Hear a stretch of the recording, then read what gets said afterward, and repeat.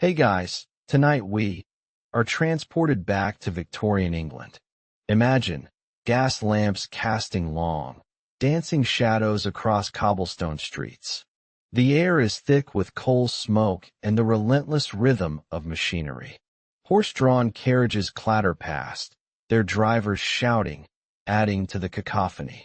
You feel a strange unease settling in, a restlessness that tugs at the edges of your mind, refusing to let you fully relax. Sleep feels like a distant memory. In fact, you are now a Victorian, and, statistically speaking, you probably won't survive childhood. But hey, let's focus on the insomnia first, shall we? So, before you get comfortable, take a moment to like the video and subscribe, but only if you genuinely enjoy what I do here. And let me know where you're watching from, and what time it is where you are. Now, dim the lights, maybe turn on a fan for that soft background hum, and let's ease into tonight's journey together. You find yourself in a bustling city, likely London or Manchester, but honestly, any industrialized hub of the era will do. The year is roughly 1880. The air is alive with an energy, a frenetic pulse that seems to vibrate right through your bones. It's exciting, sure, but also exhausting. You notice the weariness etched on the faces of passers-by, the factory workers hurrying to their shifts, their shoulders slumped, their eyes hollow.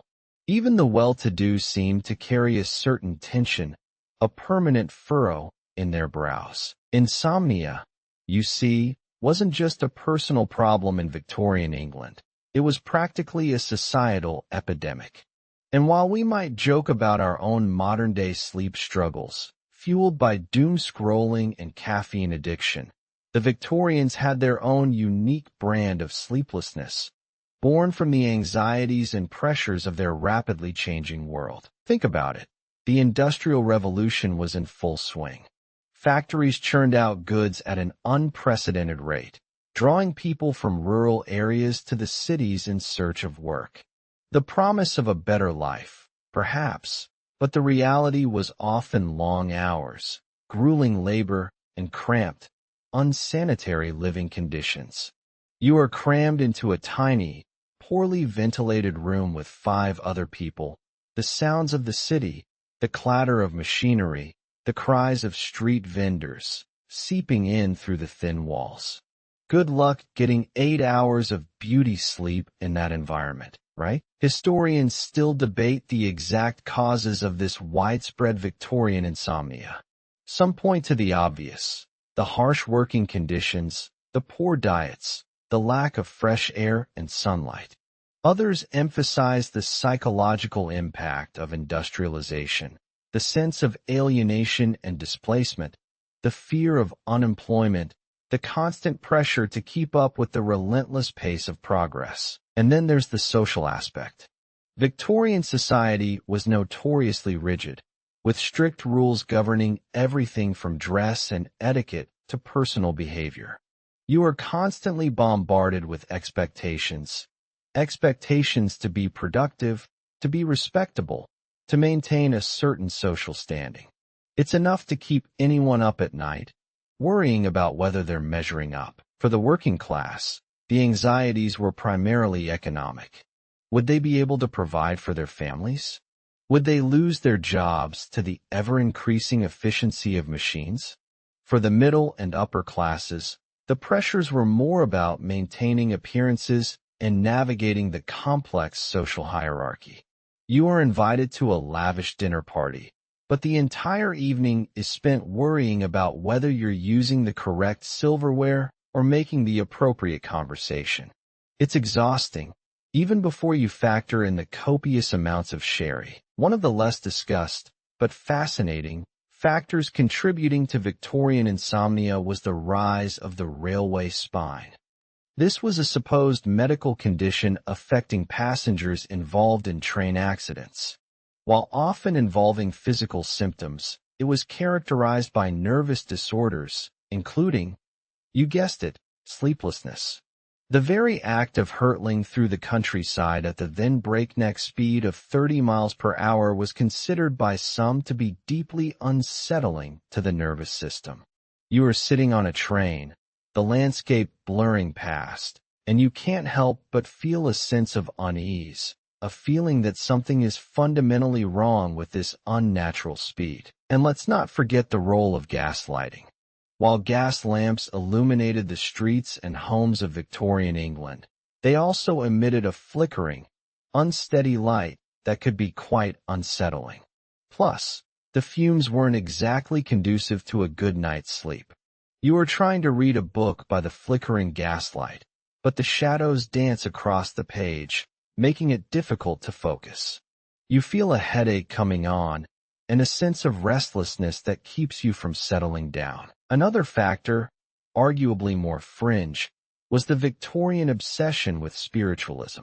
Seances were all the rage, and contacting the dead was a popular pastime. You are sitting around a table in a darkened room, holding hands with a group of strangers, trying to communicate with the spirit world. The atmosphere is charged with anticipation and a healthy dose of fear. After all, who knows what kind of entities you might be summoning? And all that nervous energy is probably not going to help you sleep later. The mainstream historical fact is that the Industrial Revolution significantly impacted sleep patterns due to long work hours and poor living conditions. The quirky tidbit is the railway spine, a supposed ailment caused by train travel that led to insomnia. The scholarly debate revolves around the relative importance of economic hardship versus social anxiety as drivers of Victorian insomnia. All right, settle in a bit deeper now. Let those shoulders drop. We're going to drift into the world of warm milk and bedtime rituals. Ah yes, the Victorians, bless their cotton socks, were obsessed with routine. And when sleep became as elusive as a decent cup of coffee in that era, which, let's be honest, wasn't saying much, they doubled down on it. Imagine this. You're in your dimly lit bedroom, gas lamps flickering outside casting long, dancing shadows on the floral wallpaper. The air is thick with the scent of lavender from the sachet tucked under your pillow. Remember those?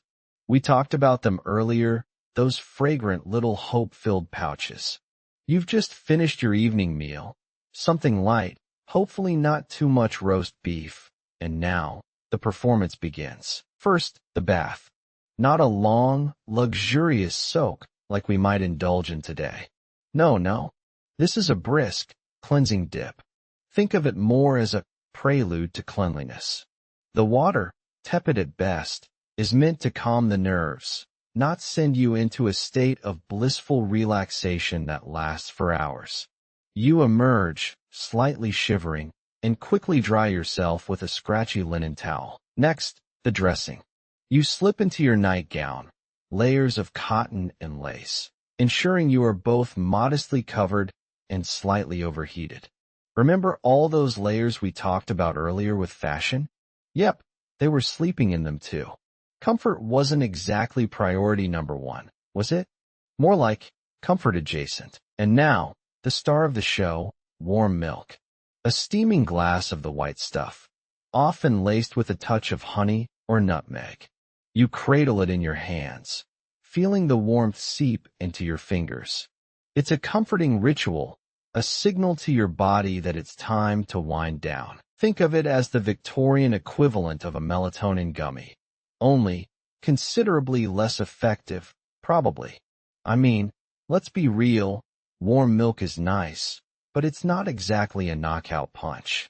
It's more like a gentle nudge towards Slumberville. But the ritual surrounding it, that's where the real magic, or at least the placebo effect, lies. You sip slowly, deliberately, focusing on the taste and the warmth. You might read a few pages of a book, something soothing, perhaps a bit of poetry or a mildly thrilling novel. Nothing too scandalous, mind you. We wouldn't want to induce palpitations. And then, you climb into bed.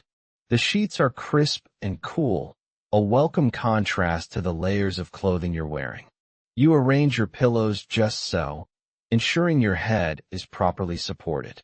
You close your eyes and try to clear your mind. Easier said than done, right? Your thoughts, of course, are racing. Did you lock the front door? Did you remember to tell the cook to prepare the pigeon pie for tomorrow's luncheon? Is your stock portfolio going to plummet into the abyss? And of course, the big one. Why can't I just fall asleep? The Victorians, bless them, had a whole arsenal of other bedtime aids to combat these racing thoughts. Herbal teas were popular: chamomile, valerian root, anything that promised to soothe the nerves. Some even experimented with more potent concoctions. Let's just say, opium tinctures were not unheard of, though obviously frowned upon by the more morally upright members of society. We are not condoning this, just telling you about it. And then there were the bedtime stories. Not just for children, mind you. Adults, too, would often read aloud to each other before drifting off to sleep. Again, the content was carefully curated to be calming and conducive to slumber. Think gentle tales of nature, or perhaps a historical romance with a guaranteed happy ending. No true crime podcasts back then, thankfully. Now, here's a slightly quirky tidbit for you. Some Victorians believed in the power of specific colors to induce sleep. Blue, in particular, was considered a calming and soporific hue. So, you might find bedrooms decorated in shades of blue, from the wallpaper to the curtains to even the bed linens. Imagine trying to convince your spouse that you need an entirely blue bedroom for health reasons. Can you imagine? Darling, it's doctor's orders. Everything must be cerulean. But back to the rituals.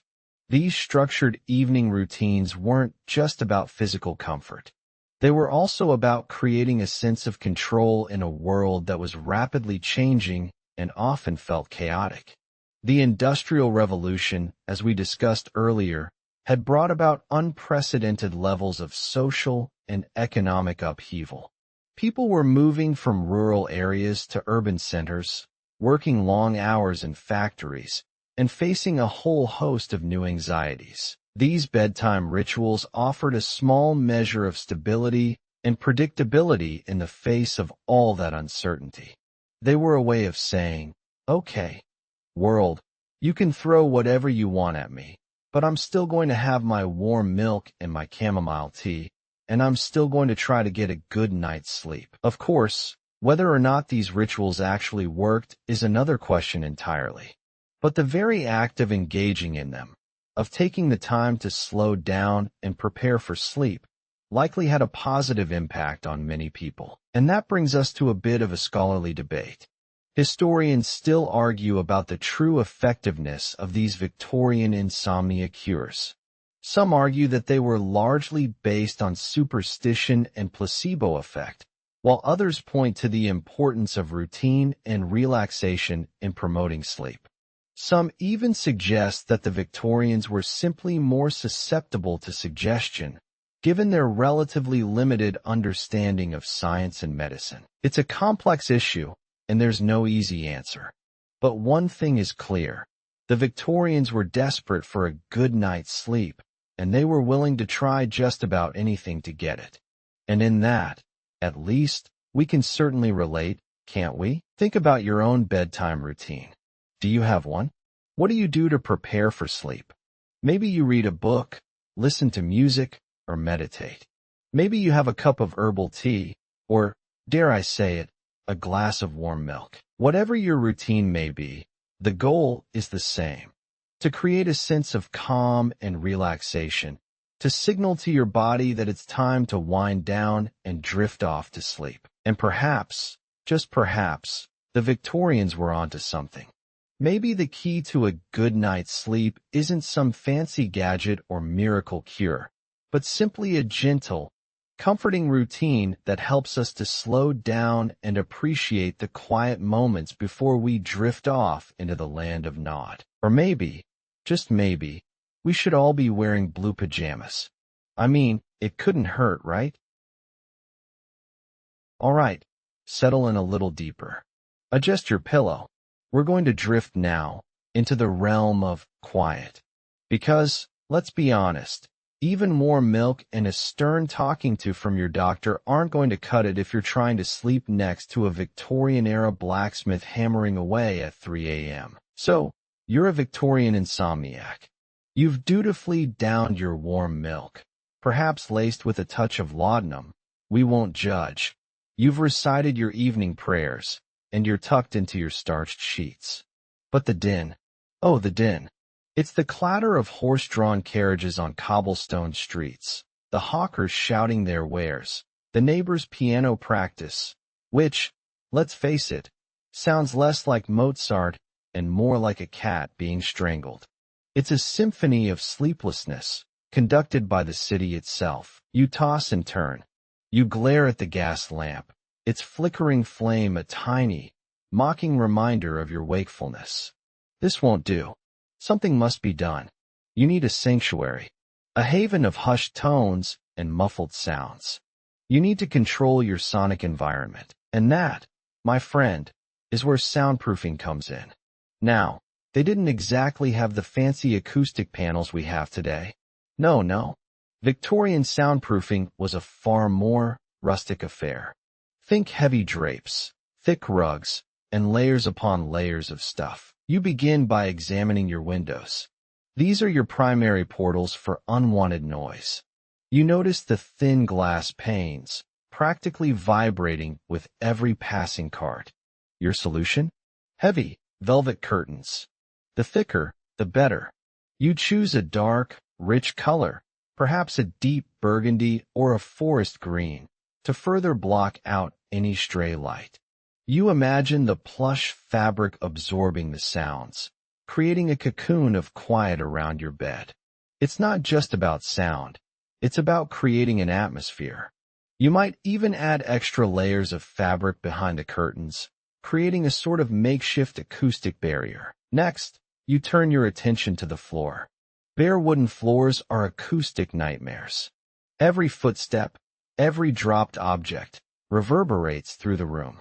You remedy this with thick, woven rugs. Persian rugs are particularly prized for their density and sound-absorbing qualities. You imagine sinking your bare feet into the plush pile, feeling the soft fibers beneath your toes. The rug not only muffles sound, but also adds a touch of luxury to your sleep space. It's a win-win. Now the walls. This is where things get interesting. You consider hanging tapestries, large woven artworks that depict scenes from history or mythology. These not only add visual interest to the room, but also help to absorb sound. You imagine the intricate patterns and rich colors, creating a sense of warmth and comfort. You might even consider adding layers of fabric behind the tapestries for extra soundproofing, but perhaps you're on a budget. Tapestries can be quite expensive, you know. In that case, you might opt for a more affordable solution, wallpaper. But not just any wallpaper. You choose a thick, textured wallpaper, preferably with a raised pattern. This will help to break up sound waves and reduce echoes. You carefully apply the wallpaper to the walls, smoothing out any wrinkles or bubbles. You feel a sense of satisfaction as you transform your room into a quieter, more peaceful space. And then there's the furniture. You strategically place large, upholstered pieces of furniture around the room. A plush armchair, a padded ottoman, a velvet-covered chaise lounge. These not only provide comfortable seating, but also help to absorb sound. You imagine sinking into the armchair with a good book, feeling the soft cushions support your body. The furniture creates a sense of coziness and relaxation, perfect for unwinding before bed. You even consider the smaller details. You replace your metal doorknobs with wooden ones to reduce the clanging sound when the door is opened or closed. You line the bottom of the door with a strip of fabric to block out any drafts or noise from the hallway. You carefully arrange your books on the shelves, creating a dense barrier that helps to absorb sound. You also think about the location of your bedroom within the house. If possible, you choose a room that is located away from the street or any other sources of noise. You might even consider moving your bedroom to the back of the house, away from the hustle and bustle of the city. It's an ongoing process, this quest for quiet. You are constantly tweaking and adjusting your soundproofing efforts, seeking the perfect balance between comfort and tranquility. You experiment with different materials and techniques, learning what works best for your particular space. Now, you might think all this effort is a bit excessive. But remember, Victorian society placed a high value on respectability and decorum, and a quiet, well-ordered home was seen as a reflection of one's character. So, in a way, your soundproofing efforts are not just about improving your sleep. They're also about maintaining your social standing. And speaking of social standing, there's a rather curious anecdote about Queen Victoria herself. Apparently, she was quite sensitive to noise and insisted on having her rooms heavily soundproofed. Servants whispered tales of thick carpets, padded walls, and even special screens placed around her bed to block out any unwanted sounds. Whether these tales are entirely true is debatable, but they certainly paint a picture of a monarch who valued her peace and quiet. She probably had a white noise machine going nonstop, a little fountain or something. Now, even with all these precautions, some sounds are simply unavoidable. The rumble of a passing train, the cry of a street vendor, the barking of a dog. But you learn to accept these sounds as part of the urban landscape. You even find a certain comfort in them, a reminder that you are not alone in the world. Historians still argue about the effectiveness of these Victorian soundproofing methods. Some claim that they were largely ineffective, providing only a minimal reduction in noise levels. Others argue that they were surprisingly effective, creating a significant improvement in the quality of sleep. The truth, as always, probably lies somewhere in between. It's like those weighted blankets today. Some people swear by them. Others say they just feel trapped. But regardless of their actual effectiveness, these soundproofing efforts reflect a deep-seated desire for peace and quiet in a rapidly changing world. They represent a yearning for a simpler, more tranquil time before the advent of cars and airplanes and, well, TikTok. And you know what? Maybe that's the real secret to a good night's sleep. Not just blocking out the noise, but also blocking out the everything else. The worries, the anxieties, the endless stream of information that bombards us every day. Maybe it's about creating a space where you can truly disconnect, where you can let go of the stresses of the day and simply rest. So, as you lie in your soundproofed Victorian bedroom, surrounded by thick curtains, plush rugs, and padded furniture, you close your eyes and take a deep breath. You focus on the sound of your own breathing, the gentle rise and fall of your chest. You let go of all the thoughts and worries that are swirling around in your head. You simply surrender to the quiet. You drift. You are safe. You are calm. You are almost asleep. All right, let's step outside for a bit, shall we? All that warm milk and soundproofing, it's starting to feel a little stuffy, isn't it? You are standing in a London park. It's trying to be a park. More accurately, it's a patch of green struggling valiantly against the encroaching soot and grime. But the Victorians, they really believed in the power of fresh air. Like, really believed. After spending their days crammed into factories, offices, or stuffy parlors. Remember all that talk about sealed windows from the last section?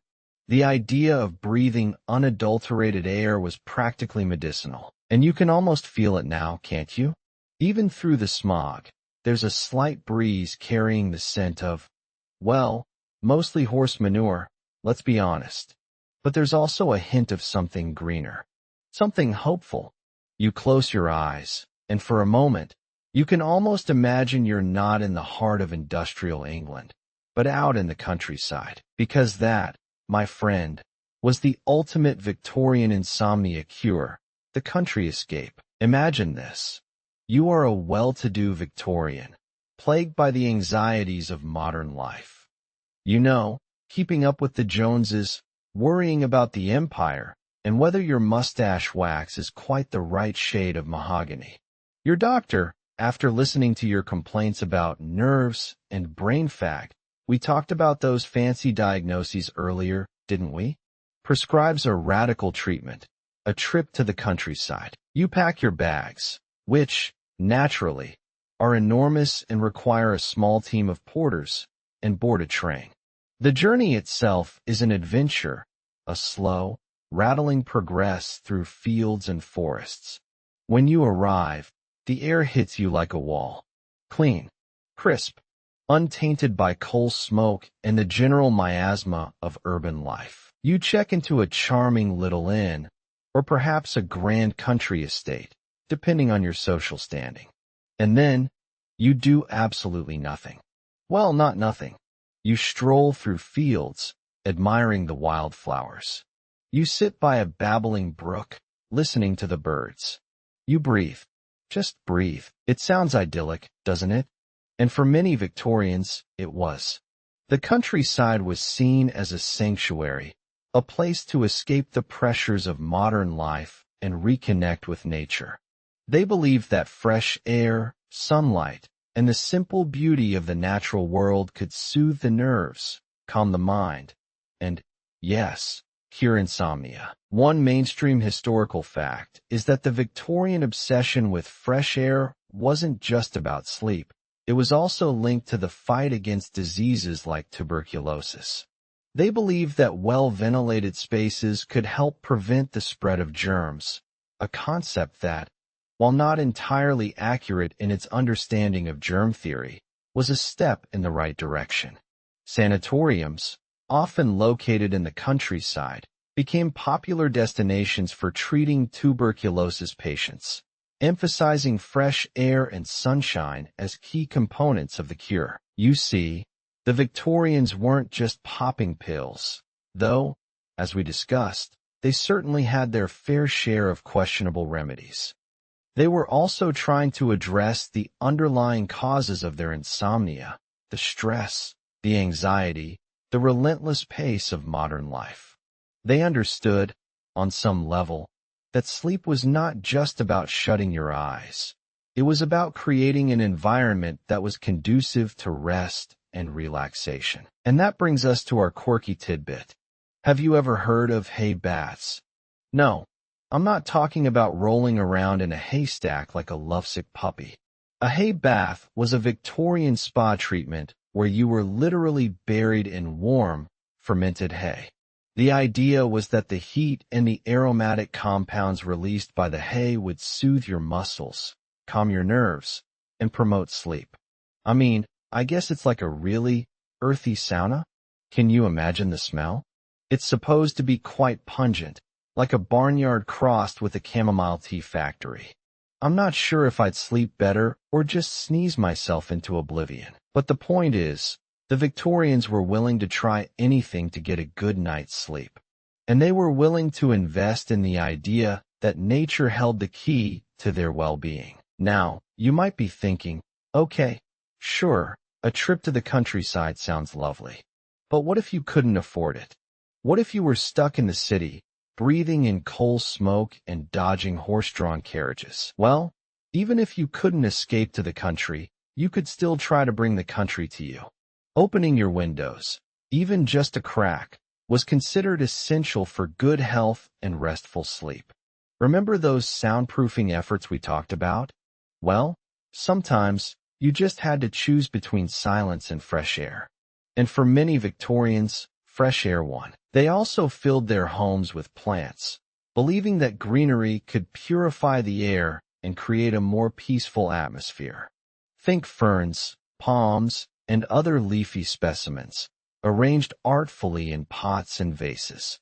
It was like a little slice of the countryside, right there in your parlor. Of course, the effectiveness of these measures is debatable. A few houseplants aren't going to magically undo the effects of industrial pollution, but the intention was there. The Victorians were actively seeking ways to create healthier and more restful environments. even within the confines of the city. And this brings us to a scholarly debate. To what extent was the Victorian obsession with fresh air and nature a genuine attempt to improve public health? And to what extent was it a reflection of class privilege? Historians still argue about this. Some argue that the emphasis on country escapes and clean air was largely a concern of the wealthy, who had the resources to escape the city and create healthy environments for themselves. Others argue that the Victorian public health movement, while often flawed and paternalistic, did genuinely strive to improve the living conditions of the working class, even if its efforts were not always successful. Think about it. The wealthy could afford to build grand country estates with sprawling gardens and state-of-the-art ventilation systems. The working class, on the other hand, was often crammed into overcrowded tenements with poor sanitation and little access to fresh air. Was the Victorian emphasis on nature a genuine attempt to address this inequality, or was it simply a way for the wealthy to further distance themselves from the squalor of the city? It's a complex question, and there's no easy answer. But it's important to remember that the Victorian era was a time of great social and economic inequality, and that these inequalities inevitably shaped people's experiences of health, illness, and sleep. So, you're back in your London park now, the imagined country air fading. You're rubbing your eyes. The sun is almost set, and it's getting chilly. You feel a little better, though, don't you?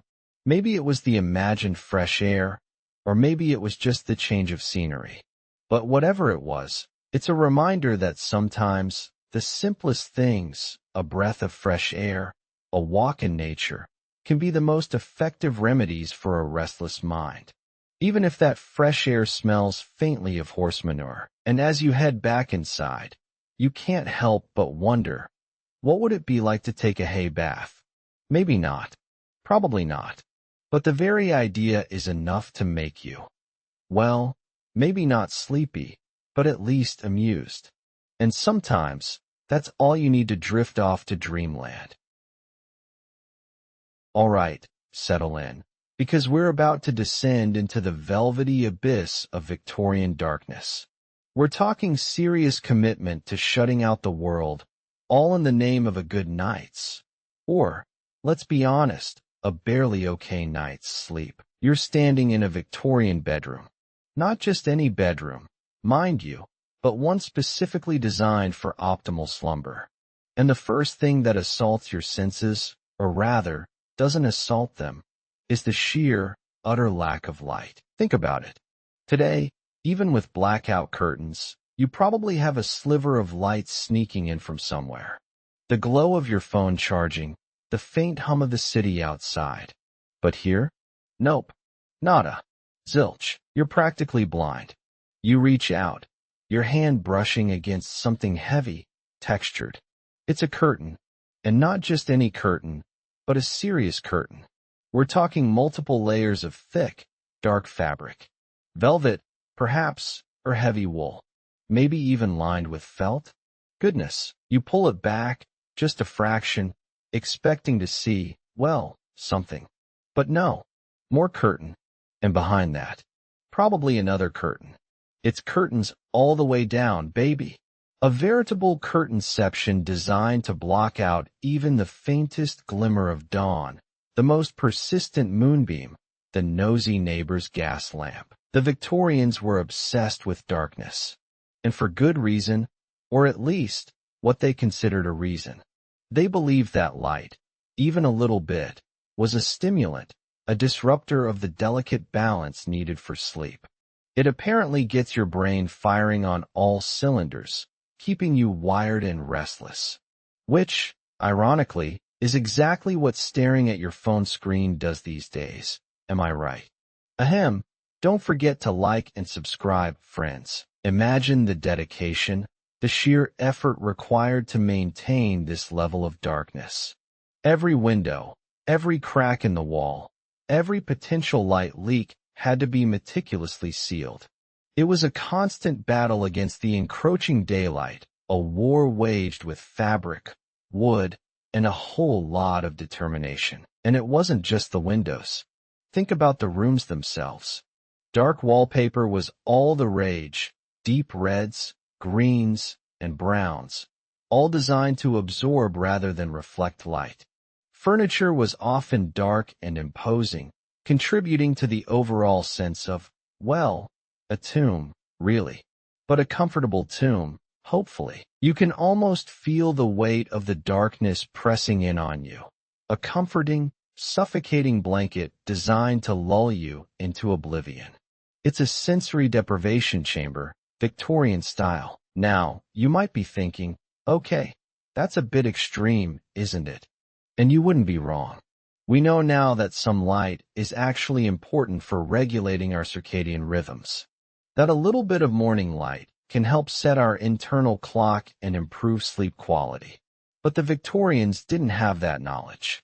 They were operating on the best information they had at the time, which was, admittedly, a little off. Speaking of off, let's talk about the other reason for all this darkness. Beyond the scientific or pseudoscientific explanations, there was also a deep-seated cultural belief that darkness was inherently moral. Stay with me here. The Victorians were, shall we say, a tad repressed. They believed that darkness was a shield against temptation, a way to avoid any untoward thoughts or actions. In the dark, you were less likely to be seen, less likely to be judged, and therefore, less likely to succumb to your baser instincts. So, the darkened bedroom wasn't just about sleep. It was about maintaining moral purity. It was about creating a space where you could be safely unconscious, free from the prying eyes of society and the temptations of your own mind. It's like the ultimate do not disturb sign for your soul. It's fascinating how these beliefs intertwine. The desire for sleep, the fear of temptation, all wrapped up in layers of heavy fabric and dark wallpaper. And here's a quirky tidbit for you. Some Victorians even went so far as to wear eye masks to bed. Not the cute little silk ones we have today, but elaborate contraptions designed to block out every last speck of light.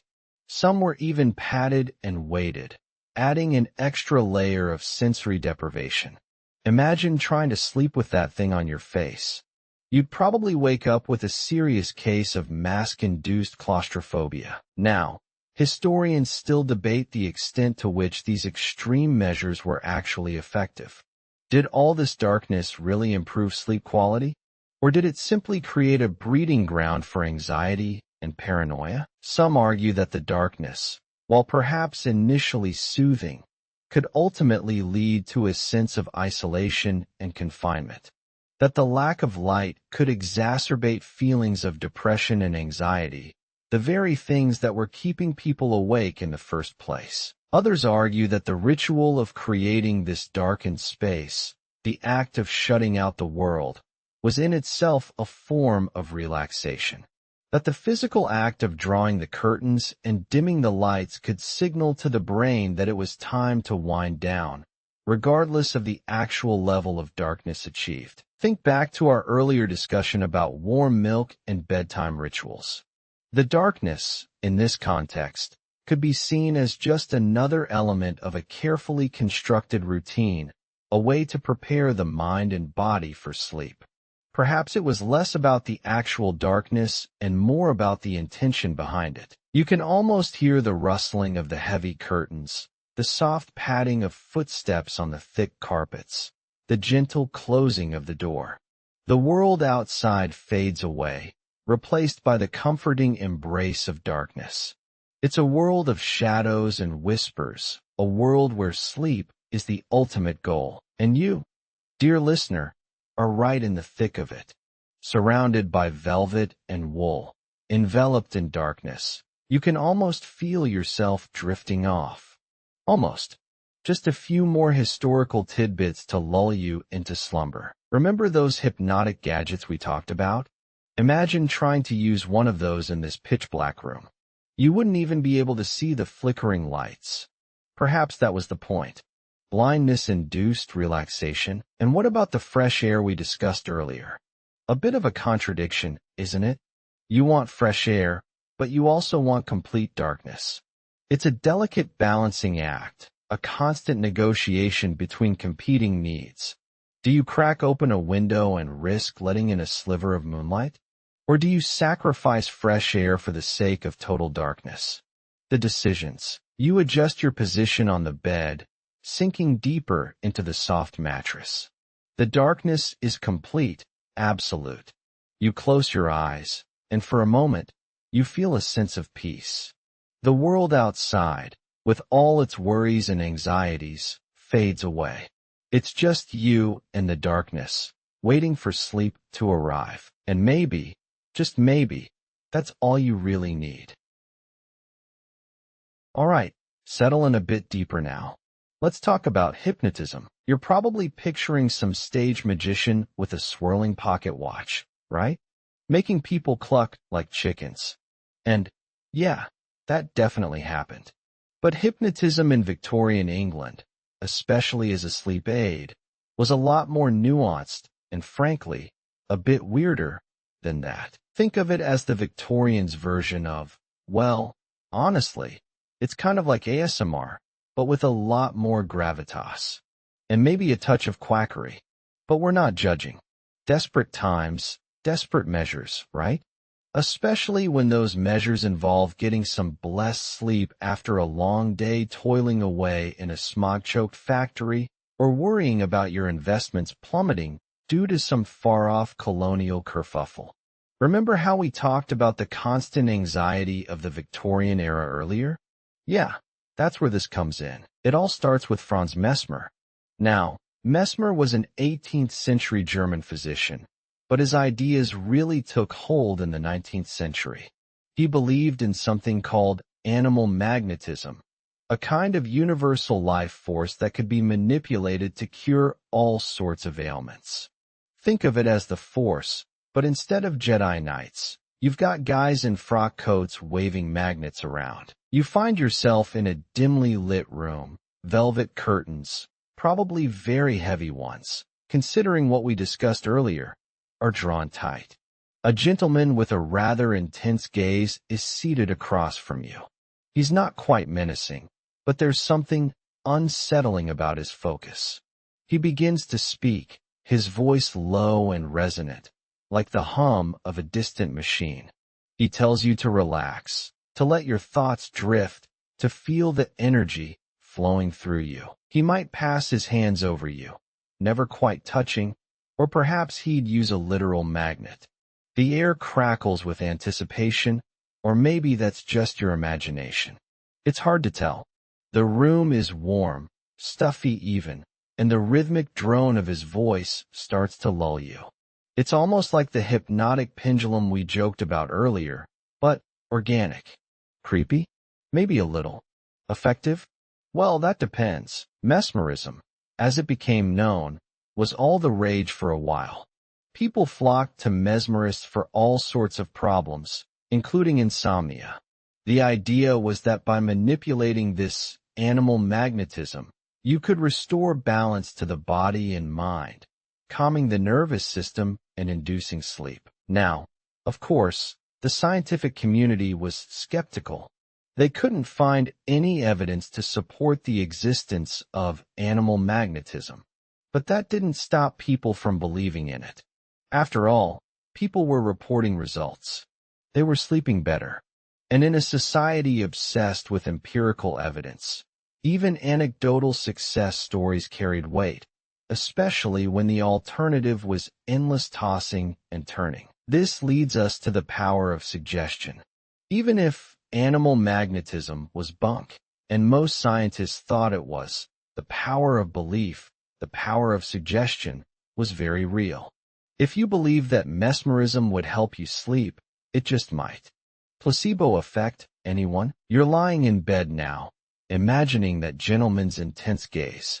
Maybe you even try passing your own hands over your body, focusing on the feeling of relaxation. It's surprisingly calming. You focus on the feeling of the heavy curtains blocking out the streetlights, the faint scent of lavender from your sachet. A modern update on those herbal concoctions the Victorians swore by. You let your mind go blank. Or at least try to. The debate about the legitimacy of hypnotism raged throughout the Victorian era. On one side, you had the scientists demanding proof, citing the lack of any discernible mechanism. On the other, you had the practitioners pointing to their successful patients and the general public desperate for relief from their sleepless nights. Think of it like this. It's the Victorian equivalent of the modern debate over alternative medicine. Does it actually work, or is it just a fancy placebo? And does it even matter, as long as it does work? And the Victorians, ever practical, were willing to give anything a try, as long as it didn't involve, spontaneously combusting or something. Although, given the prevalence of gas lighting and dodgy electrical wiring, spontaneous combustion was probably a legitimate concern. One quirky tidbit. Some mesmerists claimed they could induce not just sleep, but also lucid dreams. Imagine being able to control your dreams, to wander through fantastical landscapes, to finally get that promotion you've been working towards, all while your physical body is resting peacefully. It's like a Victorian version of The Matrix, but with more Paisley and less Keanu Reeves. And probably a lot more repressed emotion. Mainstream Victorian society, while fascinated by hypnotism, also viewed it with a healthy dose of suspicion.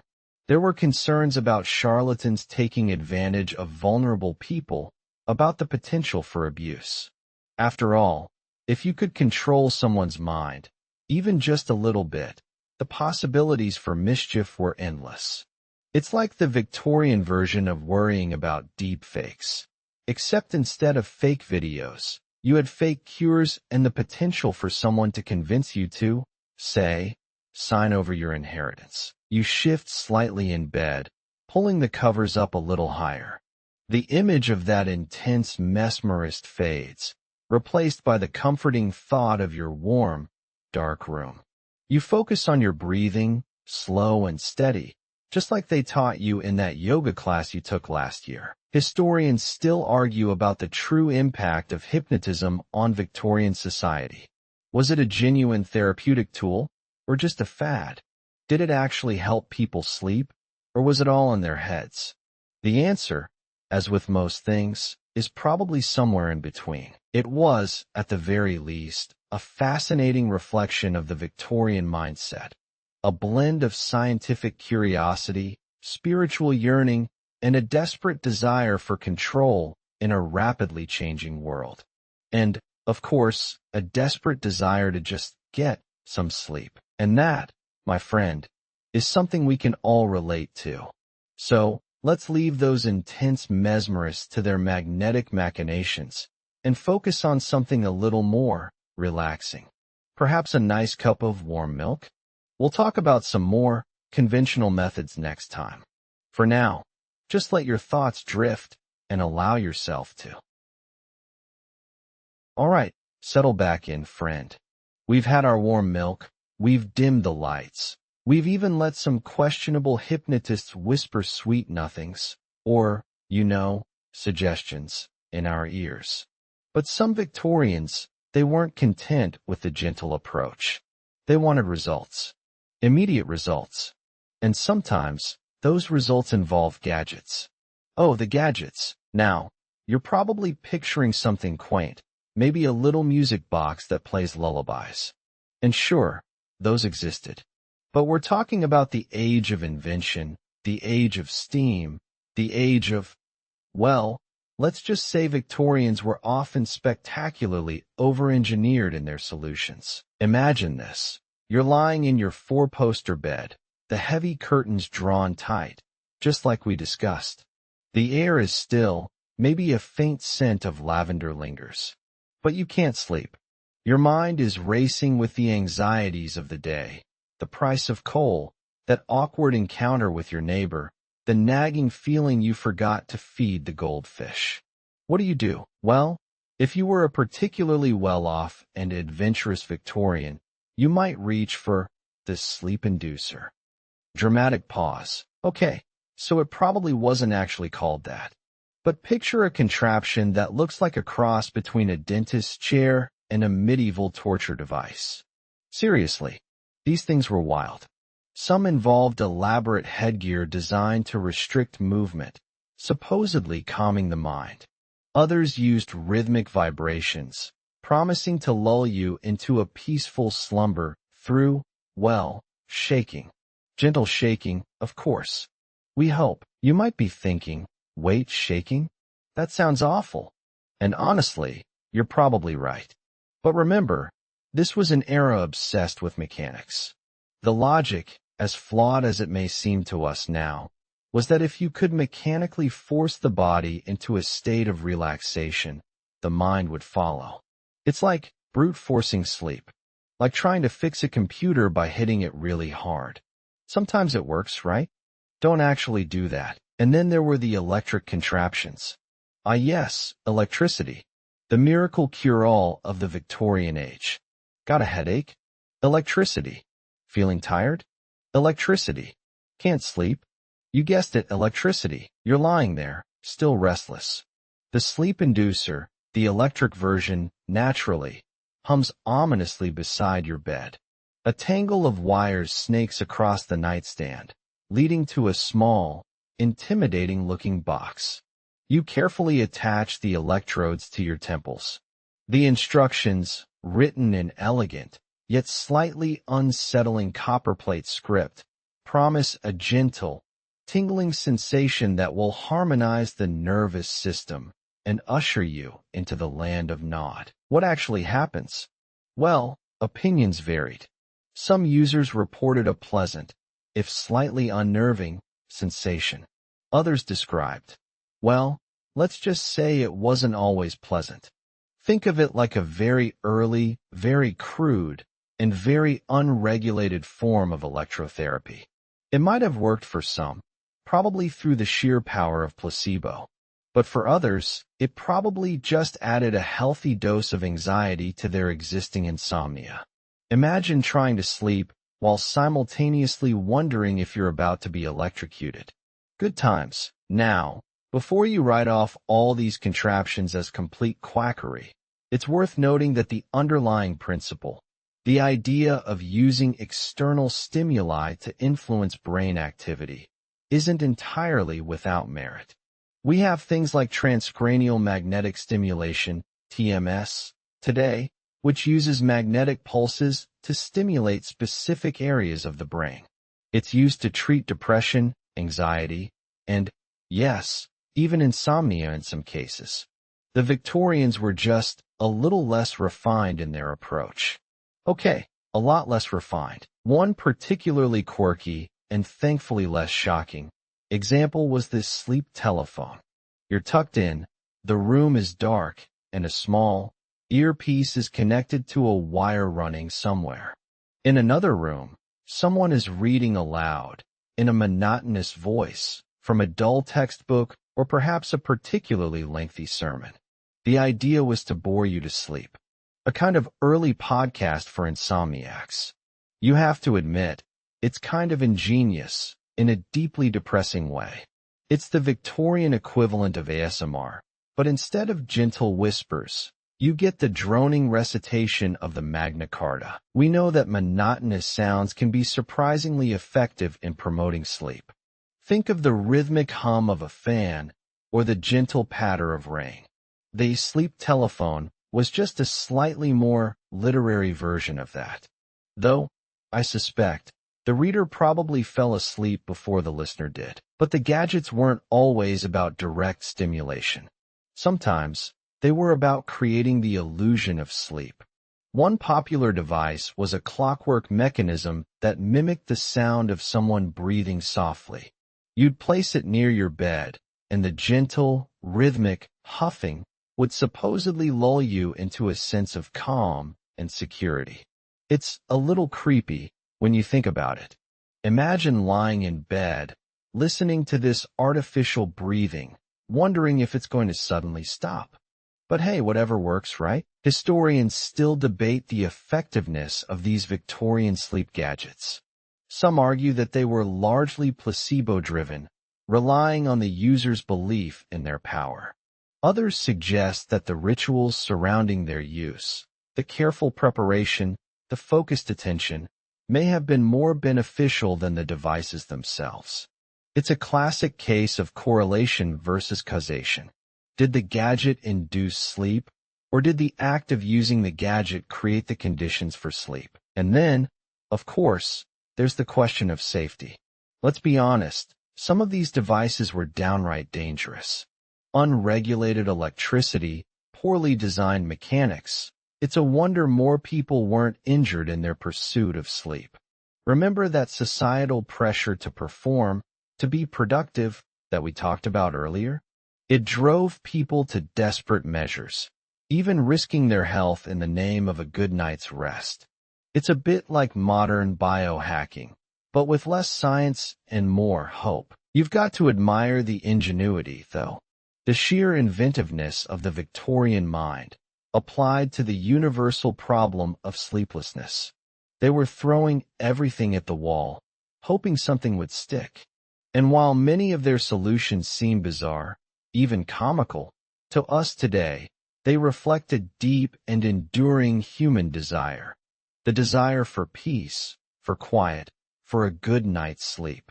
And maybe, just maybe, they stumbled upon a few useful principles along the way, even if they were buried beneath layers of steam-powered gears and questionable electrical wiring. So, as you drift off to sleep tonight, think about those intrepid Victorian insomniacs, bravely experimenting with bizarre contraptions in their quest for slumber.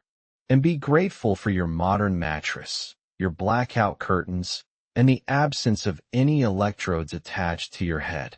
And maybe, just maybe, leave the goldfish food out, just in case. Alright, settle back in. We've tried warm milk, questionable electric shocks, and even letting some bloke swing a pocket watch in your face.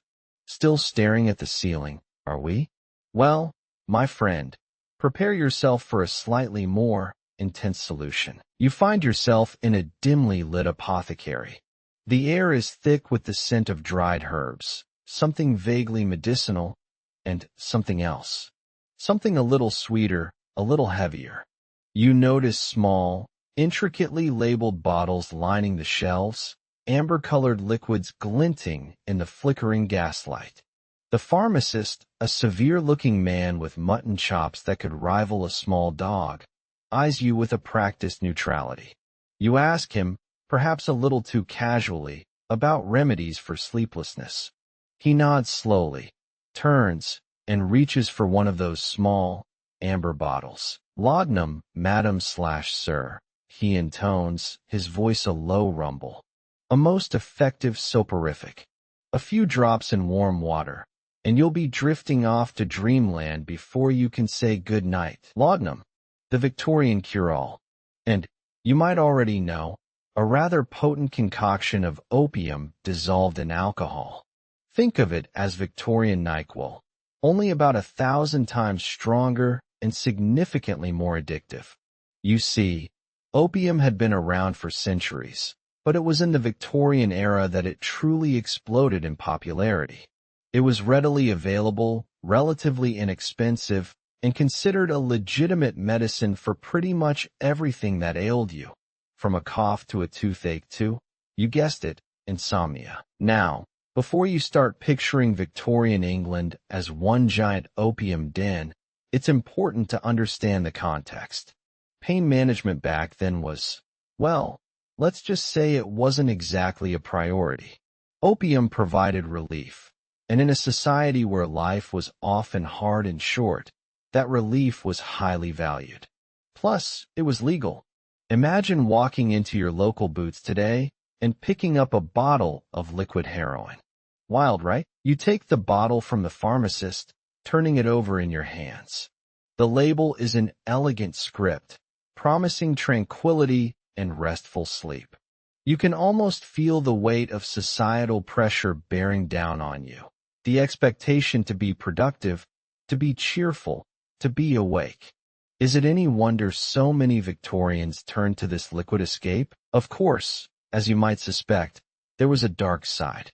A very dark side. Opium addiction was rampant, cutting across all social classes. From the working class mother struggling to cope with the demands of factory work to the wealthy socialite bored with her endless leisure, people from all walks of life found themselves hooked on the sweet oblivion that opium offered. And it wasn't just laudanum. There were countless other opium-based remedies available, often marketed specifically for children. Soothing syrups to quiet fussy babies, cough drops to ease nighttime ailments, all laced with the addictive power of opium. Can you imagine? You're a Victorian toddler, and you're already chasing the dragon. A tiny, bonnet dragon, perhaps, but a dragon nonetheless. You pause, considering the implications. The blurred lines between medicine and addiction, the desperation for relief, the lack of regulation. It's a recipe for disaster. And disaster it was. The consequences of widespread opium use were devastating. Addiction, of course, led to a whole host of other problems. Poverty, crime, family breakdown. And then there were the physical effects.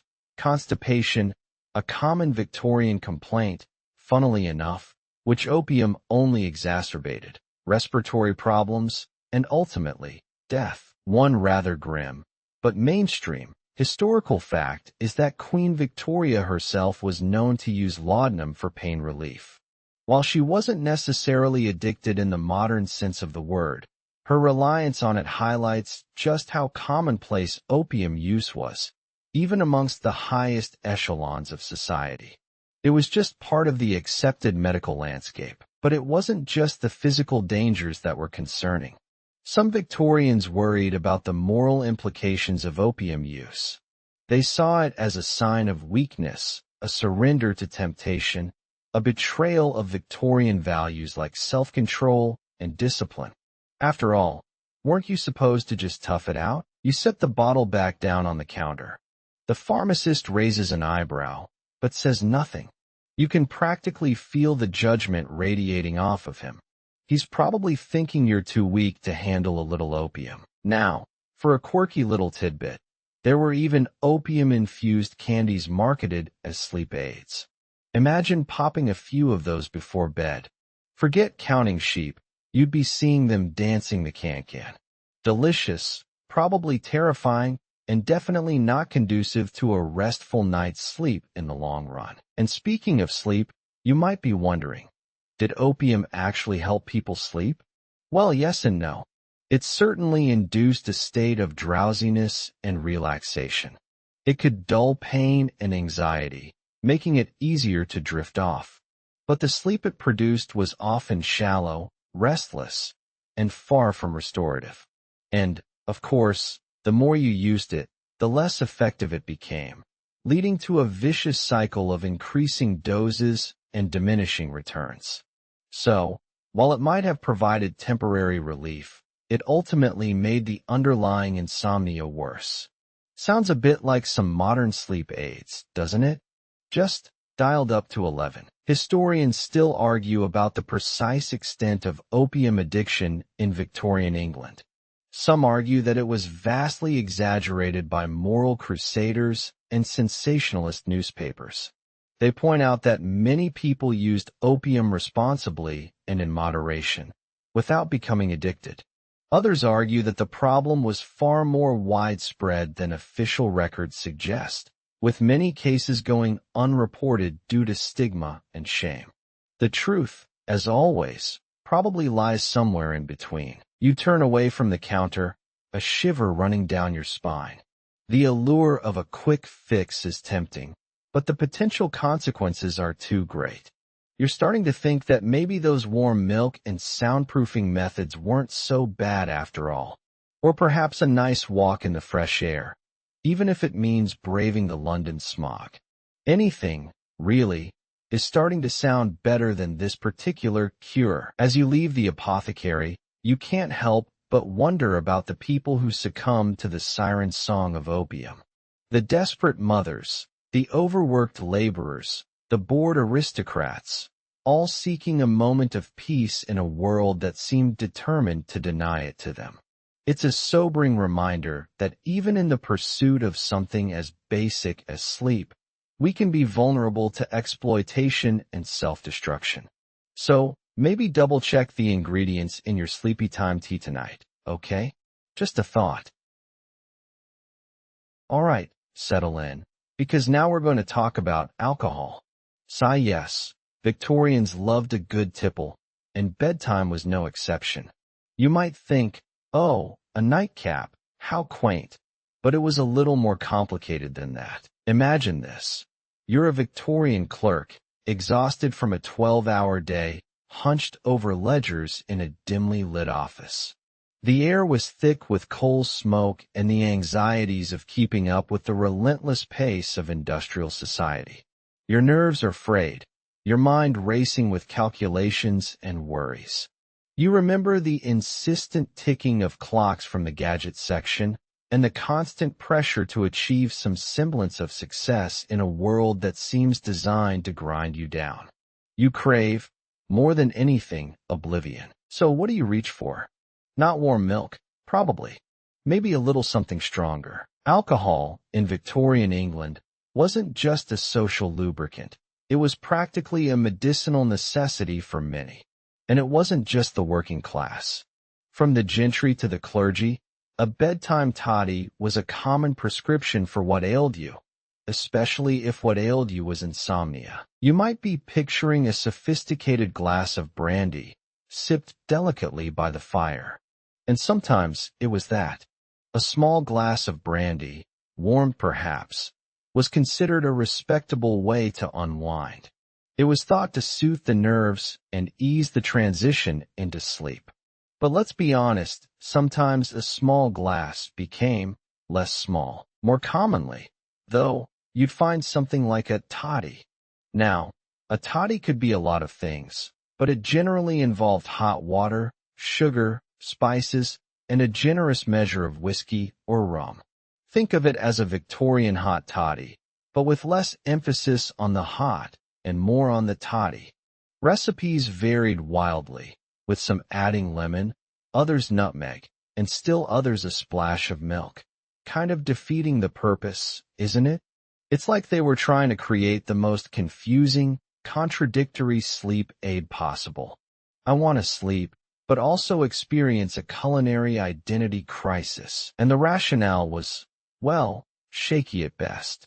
Alcohol does initially make you feel drowsy. That's true. It acts as a sedative, slowing down your central nervous system. But here's the thing your average Victorian didn't know. That initial drowsiness is often followed by a disrupted sleep cycle, leading to you waking up in the middle of the night, feeling even more anxious and unrest than before. It's a classic case of borrowing sleep from Peter to pay Paul, and then Paul robs you blind. The societal impact of this reliance on alcohol for sleep was significant. For one, it normalized drinking, even encouraged it, as a way to cope with stress and anxiety. Think back to the societal pressures that fueled the Victorian insomnia epidemic. The relentless work ethic, the social climbing, the fear of failure. Alcohol offered a temporary escape, a way to numb the pain.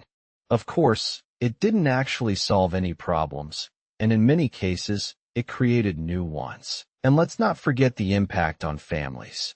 Imagine a household where the father regularly drinks himself to sleep. The potential for domestic abuse, neglect, and financial instability was very real. The rosy picture of the Victorian family often painted in history books conveniently ignores the darker realities lurking behind closed doors, fueled in part by the bottle. Now, here's a quirky little tidbit for you. There was a belief among some Victorians that certain types of alcohol were better for sleep than others. Whiskey, for example, was often considered a more masculine sleep aid, while sherry was deemed more suitable for women. It's like they were assigning genders to alcohol, as if a glass of whiskey would suddenly sprout a handlebar mustache and start mansplaining the intricacies of the British Empire to you in your dreams. And then there were the patent medicines, those unregulated concoctions that promised to cure everything from baldness to, you guessed it, insomnia. Many of these contained shockingly high levels of alcohol, often disguised with misleading labels and vague promises of herbal remedies. You were essentially buying a bottle of booze with a side of false advertising. It's like the Victorian version of energy drinks, except instead of crashing from caffeine, you were crashing from a hangover. Historians still debate the extent to which alcohol contributed to the overall health problems of the Victorian era. Some argue that it was a relatively harmless coping mechanism, a way for people to unwind in a stressful world. Others point to the high rates of alcoholism, liver disease, and other alcohol-related illnesses as evidence of its destructive potential. There's no easy answer, and the truth likely lies somewhere in between. It's important to remember that the Victorians didn't have the same understanding of the science of sleep that we do today. They didn't know about REM cycles, melatonin, or the long-term effects of alcohol on the brain. They were simply trying to find a way to get through the night, using the tools and knowledge available to them. And sometimes, those tools were less than ideal. Consider this. You're lying in your darkened room, the heavy curtains blocking out the streetlights. You've tried the warm milk, the herbal tea, even the hypnotic gadget that gently vibrates your skull. Remember those? But nothing seems to work. Your mind is still racing, your body tense. You reach for the bottle of brandy, telling yourself it's just a small glass, just enough to take the edge off. But as you pour, you can't help but wonder if you're actually solving the problem or just postponing it until tomorrow night. And the night after that, it's a slippery slope, isn't it? A temporary fix that can easily become a long-term problem. And that, my friend, is the complicated, often tragic, story of alcohol as a Victorian sleep aid. All right, settle back in. We've dimmed the lights a little further, haven't we? Good. Now let's talk about food. Or rather, unfood. You're lying in your meticulously darkened room. Perhaps the faintest whiff of lavender from your sachet tucked under your pillow, but your stomach is rumbling. Disaster. You see, the Victorians weren't just concerned with external stimuli. They knew, or at least thought they knew, that what you put inside mattered just as much as what you kept outside. And their dietary advice for insomnia? Well, it's interesting. Imagine this. You're at a lavish Victorian dinner party. The roast beef gleams under the gaslight. The Yorkshire puddings are puffed to perfection, and the claret flows freely. Tempting, isn't it? But if you're planning on a good night's sleep, you might want to politely decline, or at least nibble very, very delicately. The Victorian approach to bedtime snacking was all about easily digestible foods. They believed that a heavy, rich meal would keep your stomach churning all night, preventing the tranquility needed for slumber. It's a fairly logical idea, really. Your digestive system is working overtime, and all that energy being expended down there, well, it's just not conducive to peaceful rest. Think of it like this. You're trying to lull yourself to sleep with a soothing sonata, but your stomach is playing a heavy metal concert. Not ideal. So what were the acceptable bedtime snacks? Warm milk, of course, makes a reappearance. We've already established its near-religious significance in the Victorian sleep ritual. But beyond just the warmth and the comforting ritual, milk was seen as easily digestible. It was thought to coat the stomach and soothe any irritations. A bit like a liquid hug for your insides. But it wasn't just milk. Broths and light soups were also considered excellent choices. Think a clear consommé, perhaps, or a thin vegetable broth. Nothing too heavy, nothing too fatty.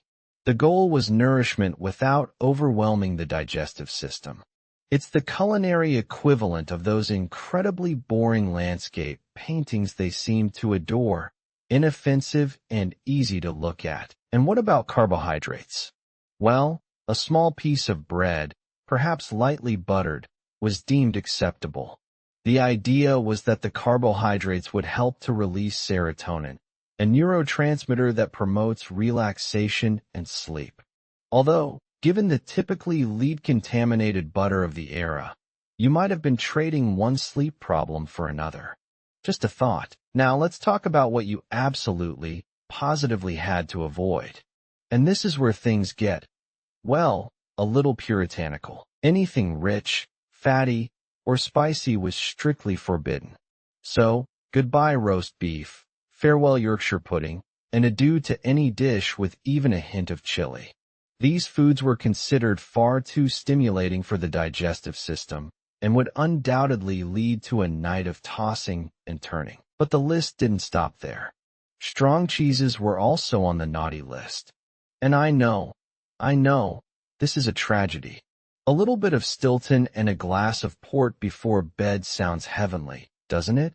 But the Victorians believed that cheese, especially strong cheese, was far too rich and stimulating. Something about the tang, I suppose, was enough to keep you wide awake, apparently. And, of course, anything containing caffeine was a major no-no. Coffee, tea, especially strong black tea, and even chocolate were all off-limits in the hours leading up to bedtime. Although, given the widespread use of opium and alcohol as sleep aids, one might argue that the Victorians were a bit inconsistent in their pursuit of a truly clean sleep. It's like saying you're giving up sugar while simultaneously mainlining honey. The logic is questionable, but it wasn't just about avoiding specific foods. The Victorians also believed in regulating the timing of your meals. They advocated for eating dinner relatively early in the evening, giving your body plenty of time to digest before you retired to bed. This meant no late-night suppers or midnight feasts, which, frankly, sounds incredibly dull. Where's the fun in a society that discourages a sneaky midnight snack? Now, a quirky little tidbit for you. Some Victorian doctors actually believed that certain gemstones could aid digestion. Apparently, wearing a specific gemstone, usually sewn into your nightgown, of course, could help to regulate your digestive system and prevent indigestion. I'm not entirely sure what the scientific basis for this was, but it certainly adds a touch of sparkle to the whole bedtime routine, doesn't it? Imagine, you're lying there in the dark, clutching your amethyst, hoping it will magically dissolve that rogue piece of cheese you couldn't resist. And, of course, there was the usual dose of moralizing attached to all of this. Overeating, gluttony, and indulging in rich foods were not only bad for your sleep, but they were also seen as signs of moral weakness. A good Victorian was expected to be temperate in all things, including their diet.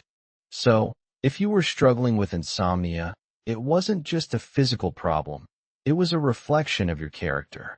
Talk about adding insult to injury. Now, historians still debate the effectiveness of these Victorian dietary recommendations. Some argue that they were based on sound principles of physiology and digestion.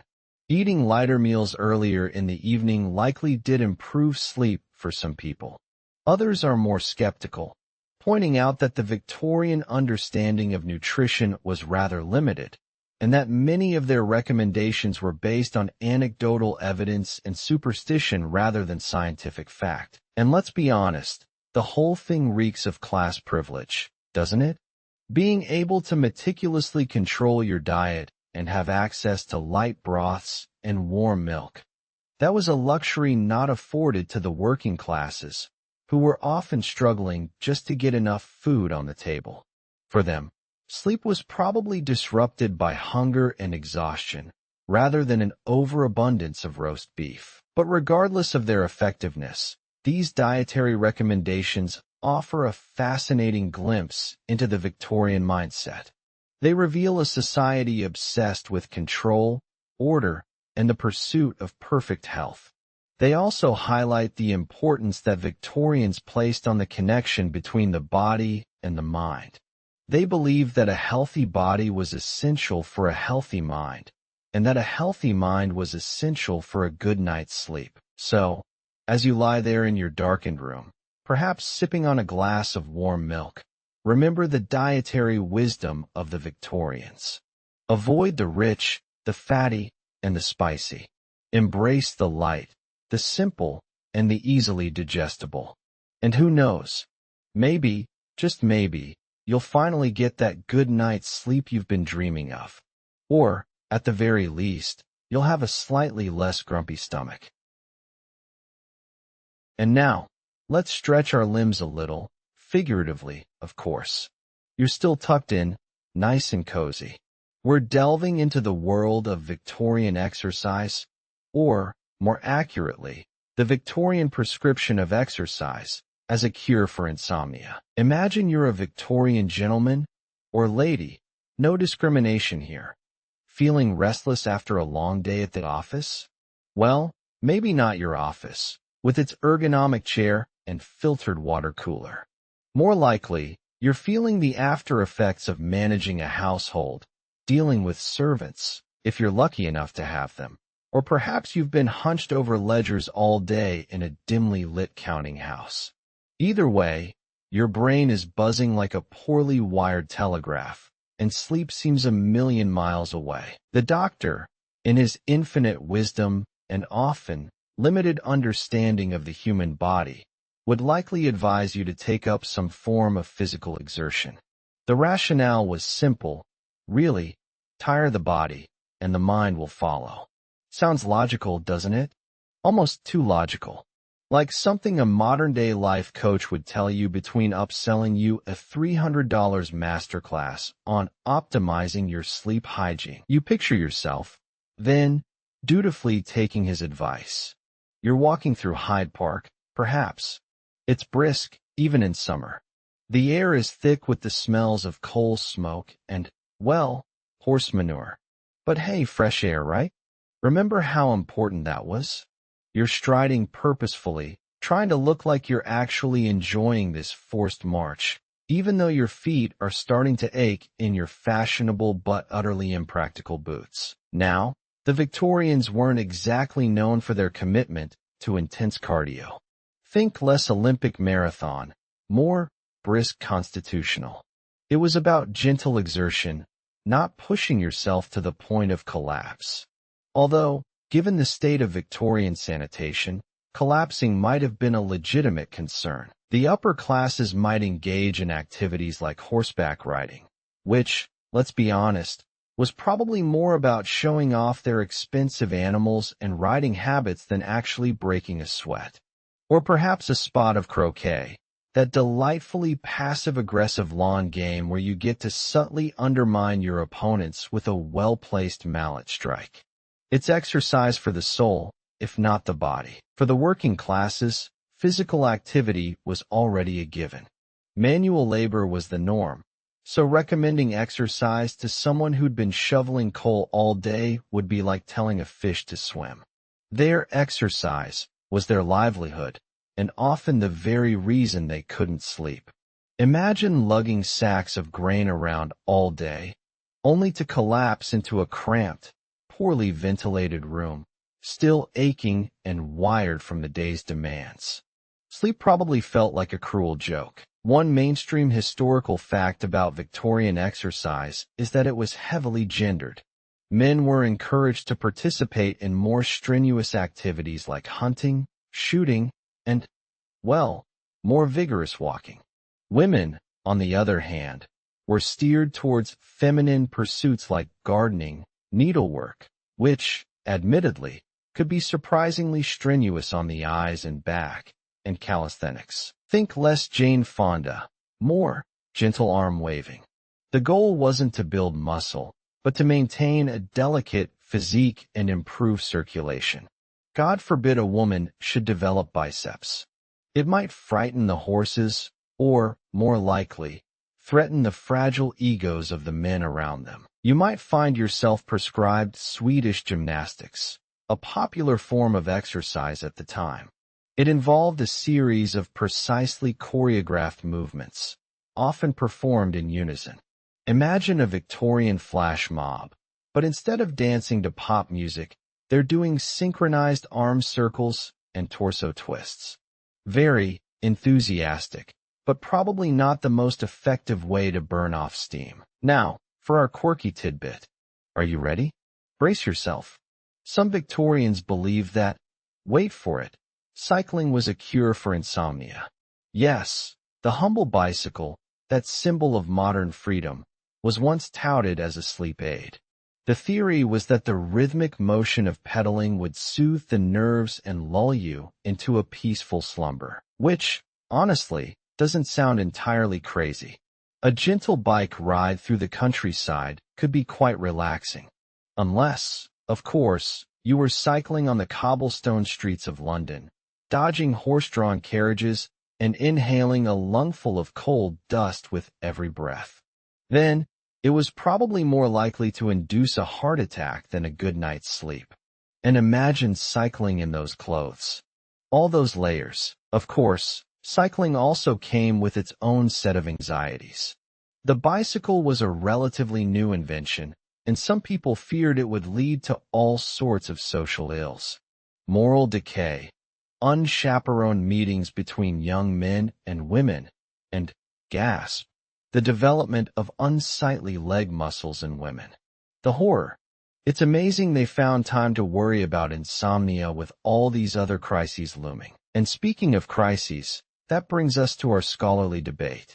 Historians still argue about the extent to which Victorian attitudes toward exercise were truly about health and well-being, versus being about social control. Was it genuinely about improving people's lives, or was it more about enforcing societal norms and maintaining the existing power structures? Think about it. Encouraging the working classes to engage in physically demanding labor kept them, well, working. And promoting feminine exercises for women reinforced their subordinate role in society. It's a classic case of using health as a tool to maintain the status quo. Sneaky, those Victorians. Remember those dietary recommendations we talked about? The ones focusing on easily digestible foods? Well, combine that with the exercise advice, and you've got a recipe for a rather bland existence. A light supper of gruel, followed by a brisk walk, and then straight to bed. Sounds thrilling, doesn't it? It's a wonder anyone had the energy to stay awake, let alone suffer from insomnia. But back to you, our Victorian insomniac. You've dutifully followed your doctor's advice. You've walked. You've cycled, maybe. You've waved your arms around in a vaguely gymnastic fashion. And are you tired? Maybe a little. But is your mind still racing? Probably. All those anxieties, those social pressures, those existential dreads, they don't just disappear with a bit of physical exertion. Perhaps you should try a glass of warm milk. Or maybe a little laudanum. Just kidding. Mostly. But it does highlight the limitations of exercise as a cure-all for insomnia. It can certainly help, but it's not a magic bullet. Sometimes, you need more than just a tired body.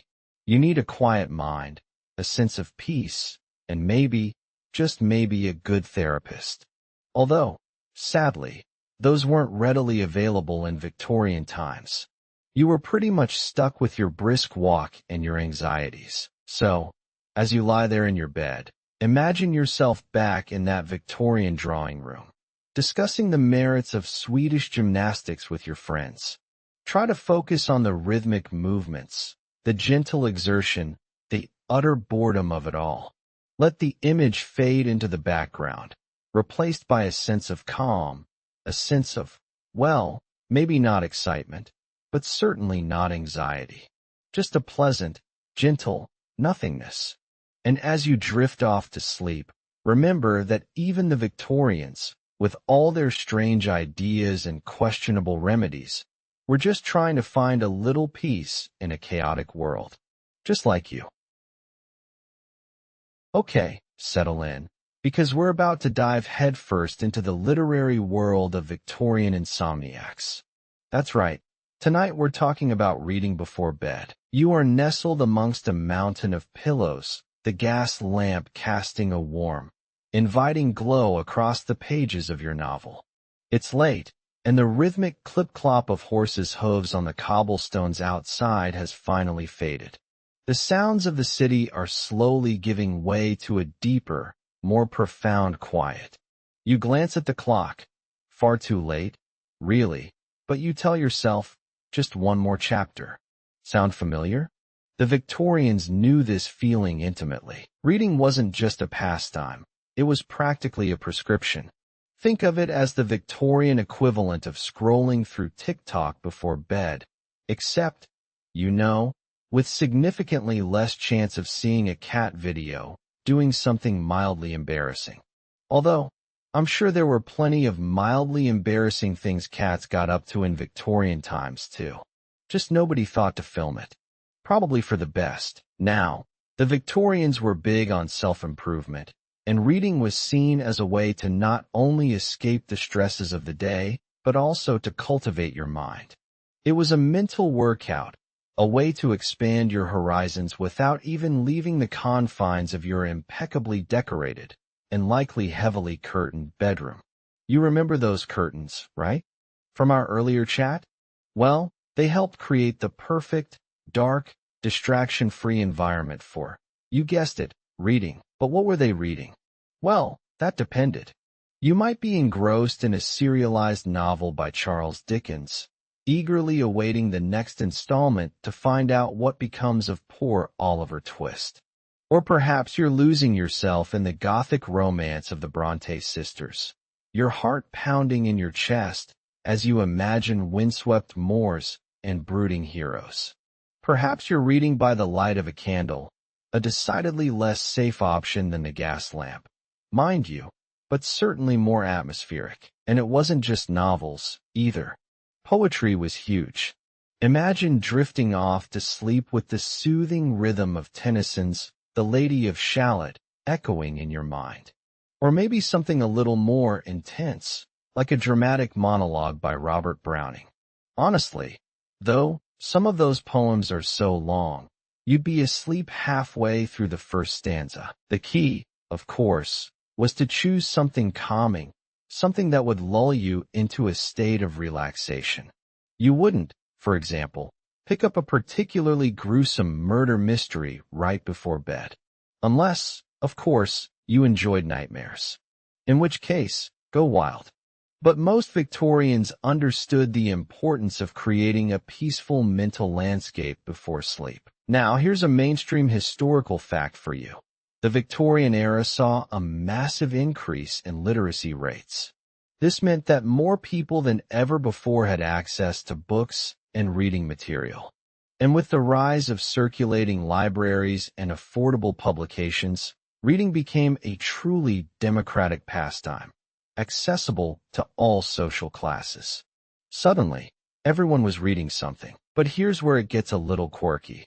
There was a whole subculture of penny dreadfuls, cheap, sensational novels that were often filled with lurid tales of crime and adventure. Think Victorian pulp fiction.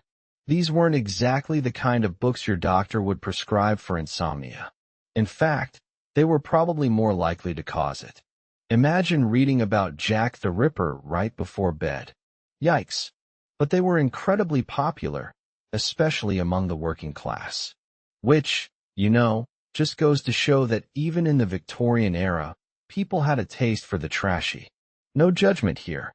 We all have our guilty pleasures. And speaking of doctors, they had some pretty specific ideas about what constituted suitable reading material.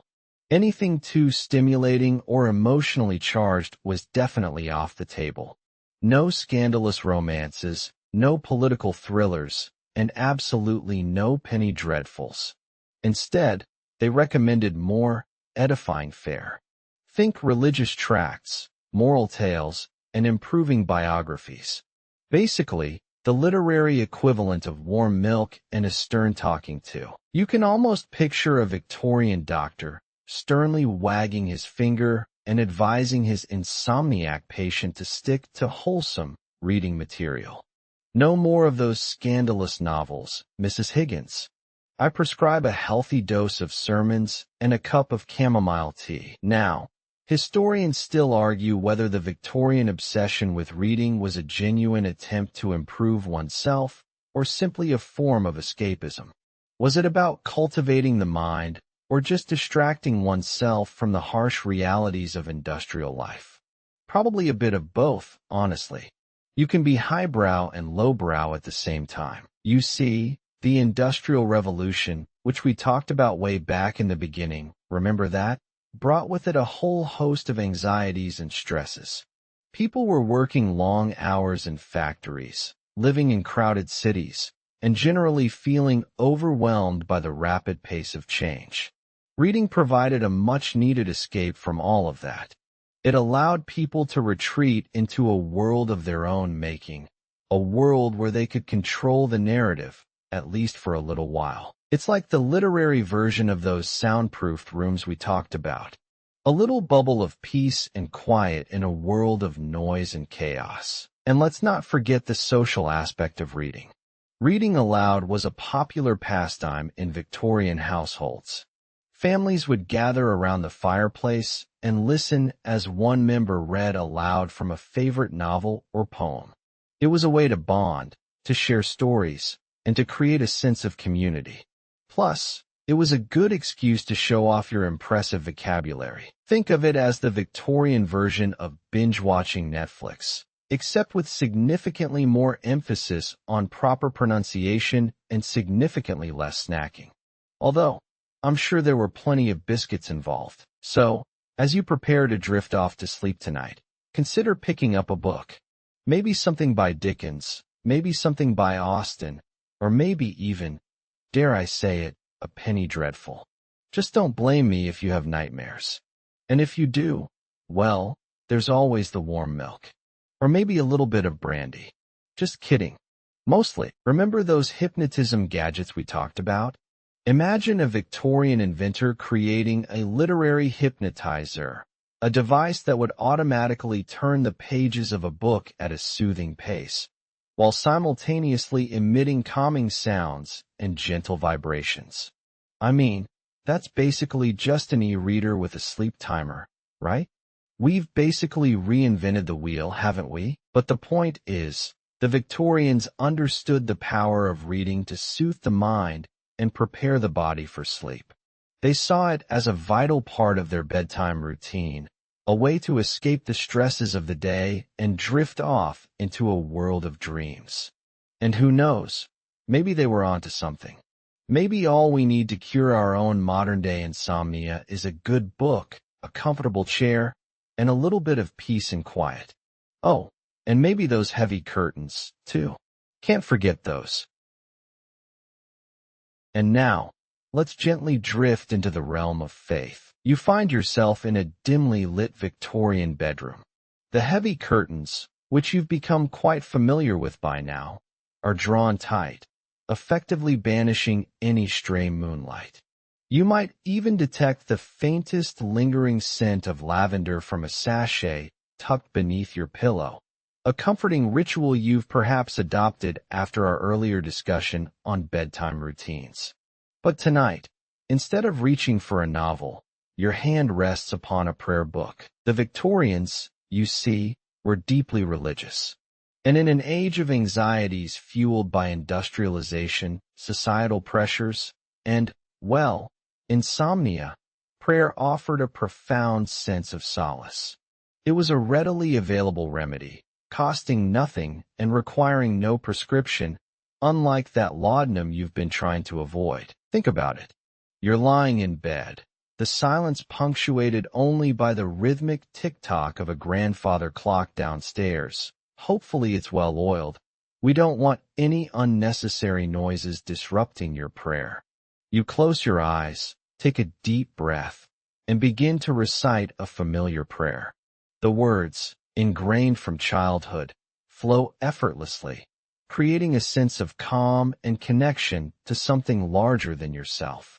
You're essentially engaging in a form of guided meditation, albeit with a distinctly religious bent. Prayer wasn't just a personal act. It was often a communal one. Families would gather together for evening prayers before retiring for the night, fostering a sense of unity and shared faith. Imagine the scene: Papa leading the prayer, Mama humming along, little Agnes trying to stifle a yawn, probably from boredom, not insomnia, hopefully, and even the family dog, Fido, settling down at everyone's feet. It was a nightly ritual, a comforting bookend to the day. Now, you might be thinking, okay, sure, prayer is nice and all, but how does it actually help with insomnia? Well, consider the psychological benefits. Prayer can reduce anxiety, promote feelings of gratitude, and provide a sense of hope, all powerful antidotes to the worries that often keep you tossing and turning. It's a way to relinquish control, to surrender your anxieties to a higher power, and to find peace in the face of uncertainty. And it wasn't just generic prayers either. Victorians often turned to specific prayers for specific ailments, including sleeplessness. There were prayers for protection, prayers for healing, and even prayers specifically designed to induce sleep. You might find yourself reciting, "Now I lay me down to sleep. I pray the Lord my soul to keep." A simple yet powerful affirmation of faith and trust. But let's be honest, sometimes even prayer wasn't enough. Sometimes the anxieties were too overwhelming, the worries too persistent. And that's where other religious practices came into play. Think about attending church services. The hushed atmosphere, the soaring hymns, the rhythmic cadence of the sermon.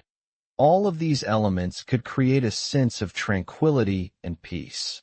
It's like a sonic bath of calmness.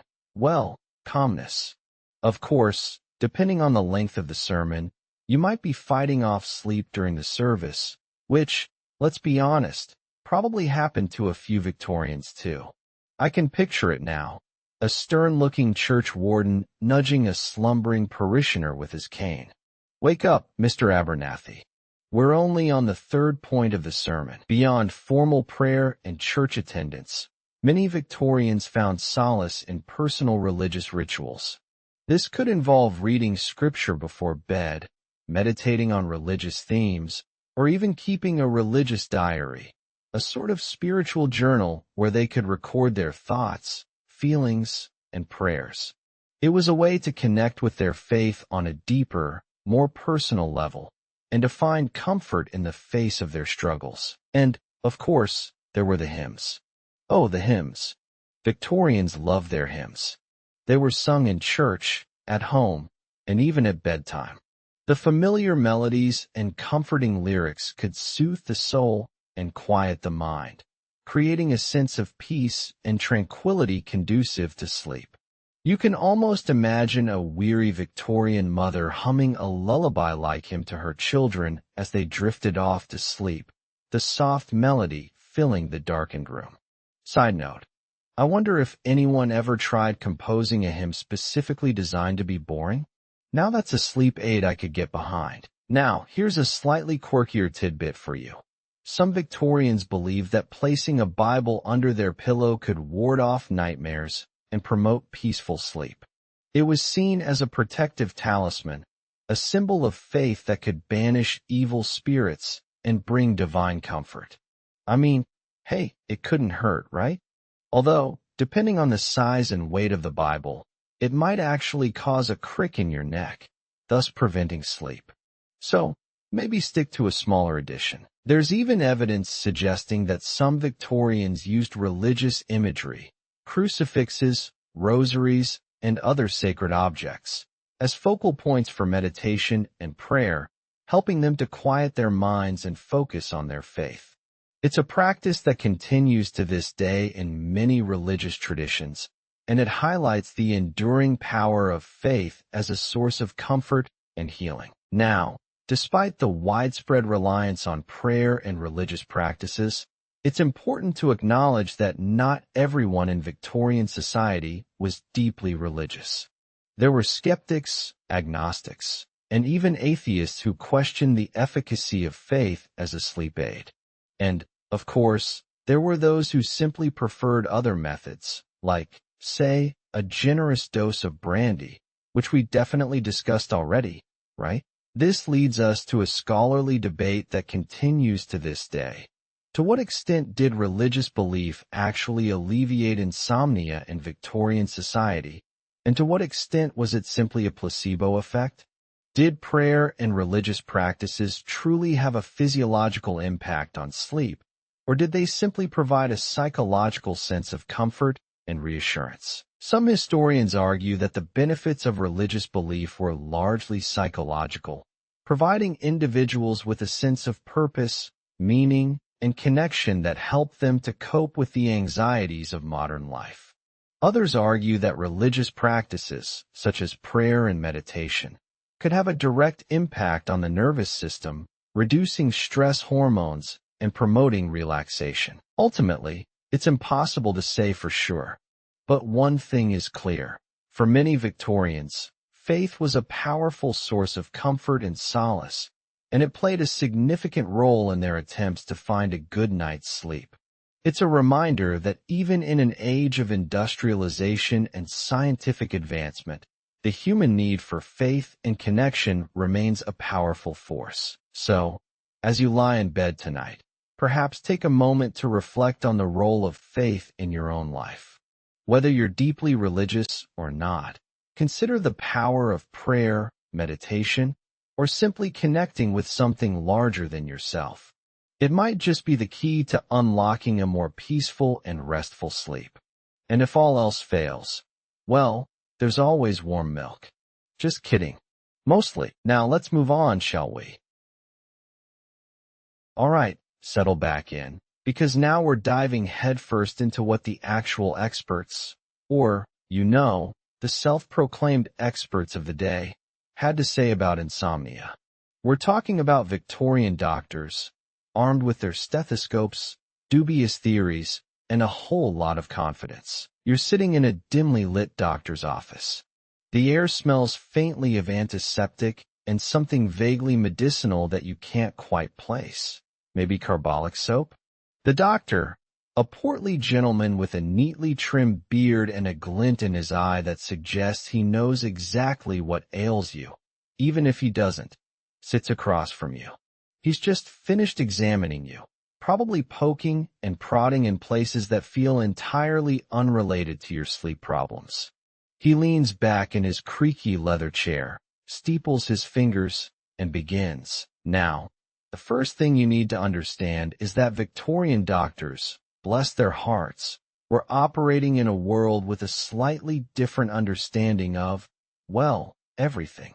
Germ theory was still relatively new, and the human body was often seen as a complex machine that could be tinkered with, sometimes with interesting results. One of the most common pieces of advice you would have received is to regulate your daily habits. Sound familiar? It's basically sleep hygiene 1.0. Doctors stress the importance of a consistent bedtime and wake-up time, even on weekends. I know, the horror. They believe that disrupting your natural rhythm would throw your entire system out of whack, leading to insomnia. So, you're basically being told to live your life like a clockwork orange. But, for your own good. They were also big on diet, which we've already touched on. But it wasn't just about what you ate, but when. Doctors often recommended a light supper, several hours before bed. Heavy, rich foods were considered a major sleep disruptor. Think bland, easily digestible fare. Gruel, anyone? Maybe a bit of boiled fish. Exciting stuff. It sounds like the kind of diet a rabbit would find dull. And speaking of bland, many doctors also cautioned against stimulating drinks like coffee and tea. A bit rich, considering the widespread laudanum use we talked about earlier. But hey, consistency was never their strong suit. They also advised against alcohol, although, let's be honest, that advice was probably ignored more often than followed. It's like telling a modern-day college student not to drink beer at a party. Good luck with that. Exercise was another common prescription, but not just any exercise. Doctors often recommended moderate physical activity during the day, believing that it would tire the body and promote restful sleep. A brisk walk in the park, perhaps, or some light gardening. The key was to avoid strenuous activity too close to bedtime, as that could have the opposite effect, leaving you wired and restless. So, no marathon running at 10 p.m., got it? Now here's where things get a little more Victorian. Many doctors also emphasize the importance of mental discipline. They believed that a wandering mind was a sleepless mind. So, they recommended engaging in activities that would calm and focus the thoughts, such as reading, but not too exciting, mind you, prayer, or even wait for it, mental arithmetic. Yes, you heard that right. Counting sheep was apparently too pedestrian. Victorian doctors wanted you solving complex equations in your head as you drifted off to sleep. I don't know about you, but that sounds like a recipe for a stress-induced nightmare. And, of course, there was the ever-present advice to ensure a comfortable and well-ventilated bedroom. Fresh air, as we know, was considered essential for good health, and a stuffy, overheated room was seen as a major cause of insomnia. So, open those windows, even in the dead of winter. Just be sure to wear a nightcap. But here's the quirky bit. Some doctors also believed in the power of suggestion and the influence of the environment. They recommended decorating the bedroom in calming colors, such as blue or green, and avoiding any stimulating artwork or objects. One particularly eccentric doctor even suggested hanging a portrait of a sleeping person in the bedroom to subconsciously induce sleep. Talk about creepy. Imagine waking up in the middle of the night and seeing a painting of someone staring back at you. I'd be running for the hills. Now, let's talk about the really interesting stuff, the more unconventional treatments. We've already discussed hypnotism, but some doctors took things a step further, experimenting with various forms of electrical stimulation to induce sleep. These treatments range from mild electrical currents applied to the head to more aggressive methods involving electric shocks. The idea was to essentially reset the brain and nervous system, but the results were often unpredictable and, let's just say, not always pleasant. It's like trying to fix a broken computer by hitting it with a hammer. Sometimes it works, but most of the time you just end up making things worse. And then there were the patent medicines, those mysterious concoctions that promised to cure everything from insomnia to baldness. These remedies often contained a potent mix of herbs, alcohol, and, you guessed it, opium. They were heavily marketed and widely available, often with little or no regulation. So, you could basically walk into a pharmacy and buy a bottle of sleepy time elixir that was guaranteed to knock you out permanently if you weren't careful. Now, historians still debate the effectiveness of these Victorian medical practices. Some argue that the emphasis on routine, diet, and exercise had a genuine positive impact on sleep quality. Others point to the dangers of opium-based remedies and the questionable ethics of some of the more experimental treatments. It's a complex issue with no easy answers. What is clear is that Victorian doctors were grappling with the same problem that we face today: how to help people get a good night's sleep. And while their methods may seem antiquated or even downright bizarre, they were often based on the best available knowledge of the time. They were trying to find solutions in a world that was rapidly changing, a world that was becoming increasingly stressful and demanding. And in that sense, they weren't so different from us. They were just trying to help people find a little bit of peace in a world that was often anything but peaceful. So, next time you're struggling to fall asleep, remember those Victorian doctors, with their questionable theories and their well-intentioned, if sometimes misguided, efforts to help people find a good night's rest. And maybe, just maybe, try counting something a little less stressful than complex equations. Sheep still work, you know. Alright, settle back in, because we're heading into the home stretch. Let's consider the legacy of all these Victorian sleep cures. So, here you are, drifting. Maybe you've got your weighted blanket on, a modern-day equivalent, perhaps, of those heavy, heavy curtains the Victorians swore by. And you're thinking about all the effort they put into catching some Z's. Warm milk, hypnotism, questionable electrical devices. It's a lot. You realize, of course, that we still struggle with the same problem. Maybe you even reached for your phone before clicking on this video, scrolling through endless feeds, bathing your eyes in that blue light that would have sent a Victorian doctor into a full-blown conniption fit. We're still chasing that elusive good night's sleep. The enduring relevance of these Victorian remedies is, well, it's complicated. On one hand, we have a much better understanding of sleep science today.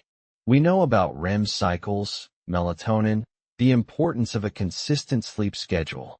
We have sophisticated diagnostic tools and, medications that aren't just opium in a fancy bottle. But on the other hand, haven't we lost something along the way? The Victorians, despite their sometimes bonkers methods, really seemed to prioritize sleep.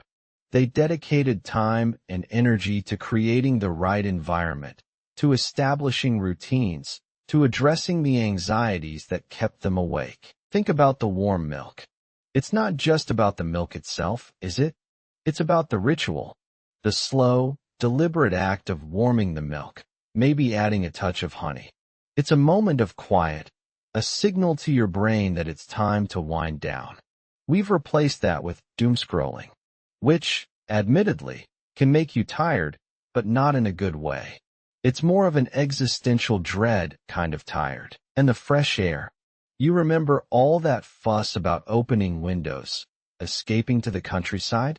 We know now that fresh air is genuinely beneficial for sleep.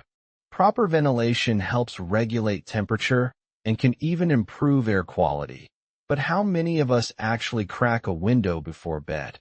No, we crank up the AC and seal ourselves in our hermetically sealed apartments, recycling the same stale air all night long. Progress. The Victorians were onto something with their emphasis on quiet spaces, too. They understood that noise pollution could disrupt sleep, and they went to great lengths to soundproof their bedrooms. We, on the other hand, live in a world of constant noise. Sirens, traffic, construction, the neighbors' questionable taste in music. It's a wonder anyone gets any sleep at all. Maybe we should bring back those asylums. Just kidding. Mostly, even their obsession with darkness has modern echoes. We now know that light suppresses melatonin production, which is why we're told to avoid screens before bed. But the Victorians took it to an extreme with those heavy curtains and darkened rooms. It's almost gothic, isn't it? Like they were trying to shut out not just the light, but the entire world. And speaking of extremes, let's not forget the hypnotism. It seems ridiculous now, the idea of someone waving a pocket watch in your face and telling you to relax. But there's a growing body of research that suggests hypnosis can be effective for treating insomnia. It's all about tapping into the power of suggestion, retraining your brain to associate certain cues with sleep. I bet you didn't think you'd be learning about the benefits of hypnotism in a bedtime story about boring history, did you? Of course, we can't ignore the darker side of Victorian sleep cures. The opium, the alcohol, those were dangerous band-aids, masking the underlying problems and creating new ones. It's a cautionary tale about the dangers of seeking quick fixes and ignoring the importance of long-term solutions. Historians still debate the extent to which Victorian society was truly more sleep-deprived than we are today. Some argue that their accounts are exaggerated, that they simply had different expectations about sleep. Others point to the pressures of industrialization and urbanization as evidence of a genuine sleep crisis. It's a historical chicken or the egg scenario, isn't it? Were they more stressed, therefore less sleep? Or did less sleep cause more stress? One mainstream historical fact is that the rise in popularity of tea and coffee during the Victorian era, while providing energy for the working classes, also contributed to widespread insomnia. It's the classic trade-off, productivity versus a decent night's sleep. Sound familiar? A quirky tidbit? Some Victorians believed that sleeping with a piece of raw onion under their pillow would cure insomnia. Don't ask me why. I guess they figured the smell would either knock you out or make you so miserable you wouldn't care that you couldn't sleep. So, what lessons can we learn from the Victorians? Well, maybe it's not about adopting their specific remedies. Although, a cup of warm milk isn't the worst idea, but about embracing their attitude towards sleep. About recognizing its importance, about prioritizing it in our lives, about creating the right environment for it. Maybe it's about slowing down, disconnecting from the constant stimulation of the modern world, and rediscovering the simple pleasures of a quiet evening.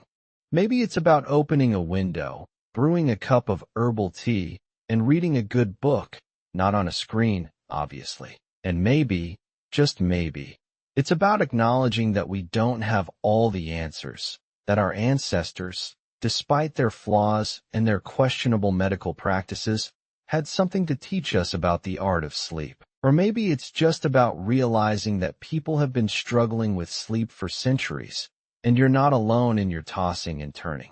There's something comforting in that, isn't there? You are part of a long, long history of sleepless nights.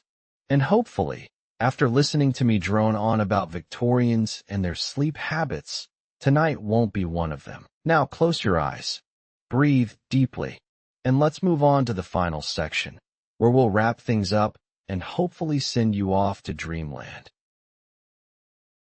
And so, as the echoes of Victorian remedies fade into the quiet hum of the night, we find ourselves reflecting on the curious lengths to which our predecessors would go in their pursuit of slumber.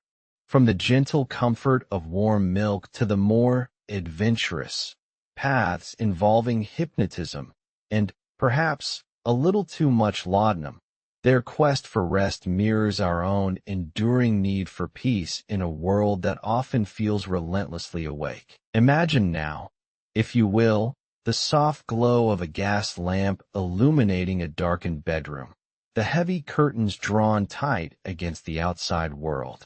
The scent of lavender lingers in the air, a gentle reminder of simpler times, of a slower pace. Let the image of those quiet spaces, those whispered prayers, those hopeful sips of herbal tea, settle over you like a warm blanket. Perhaps tonight, we can borrow a little wisdom from the Victorians. Perhaps we can embrace the stillness, the quiet, the gentle rhythm of breath in and breath out. Perhaps we can find our own sanctuary, our own path to a peaceful night. Let the weight of the day gently lift as you drift into the embrace of sleep, carried on the soft currents of imagination. Allow the stories we've shared to mingle with your own dreams, creating a tapestry of rest and rejuvenation.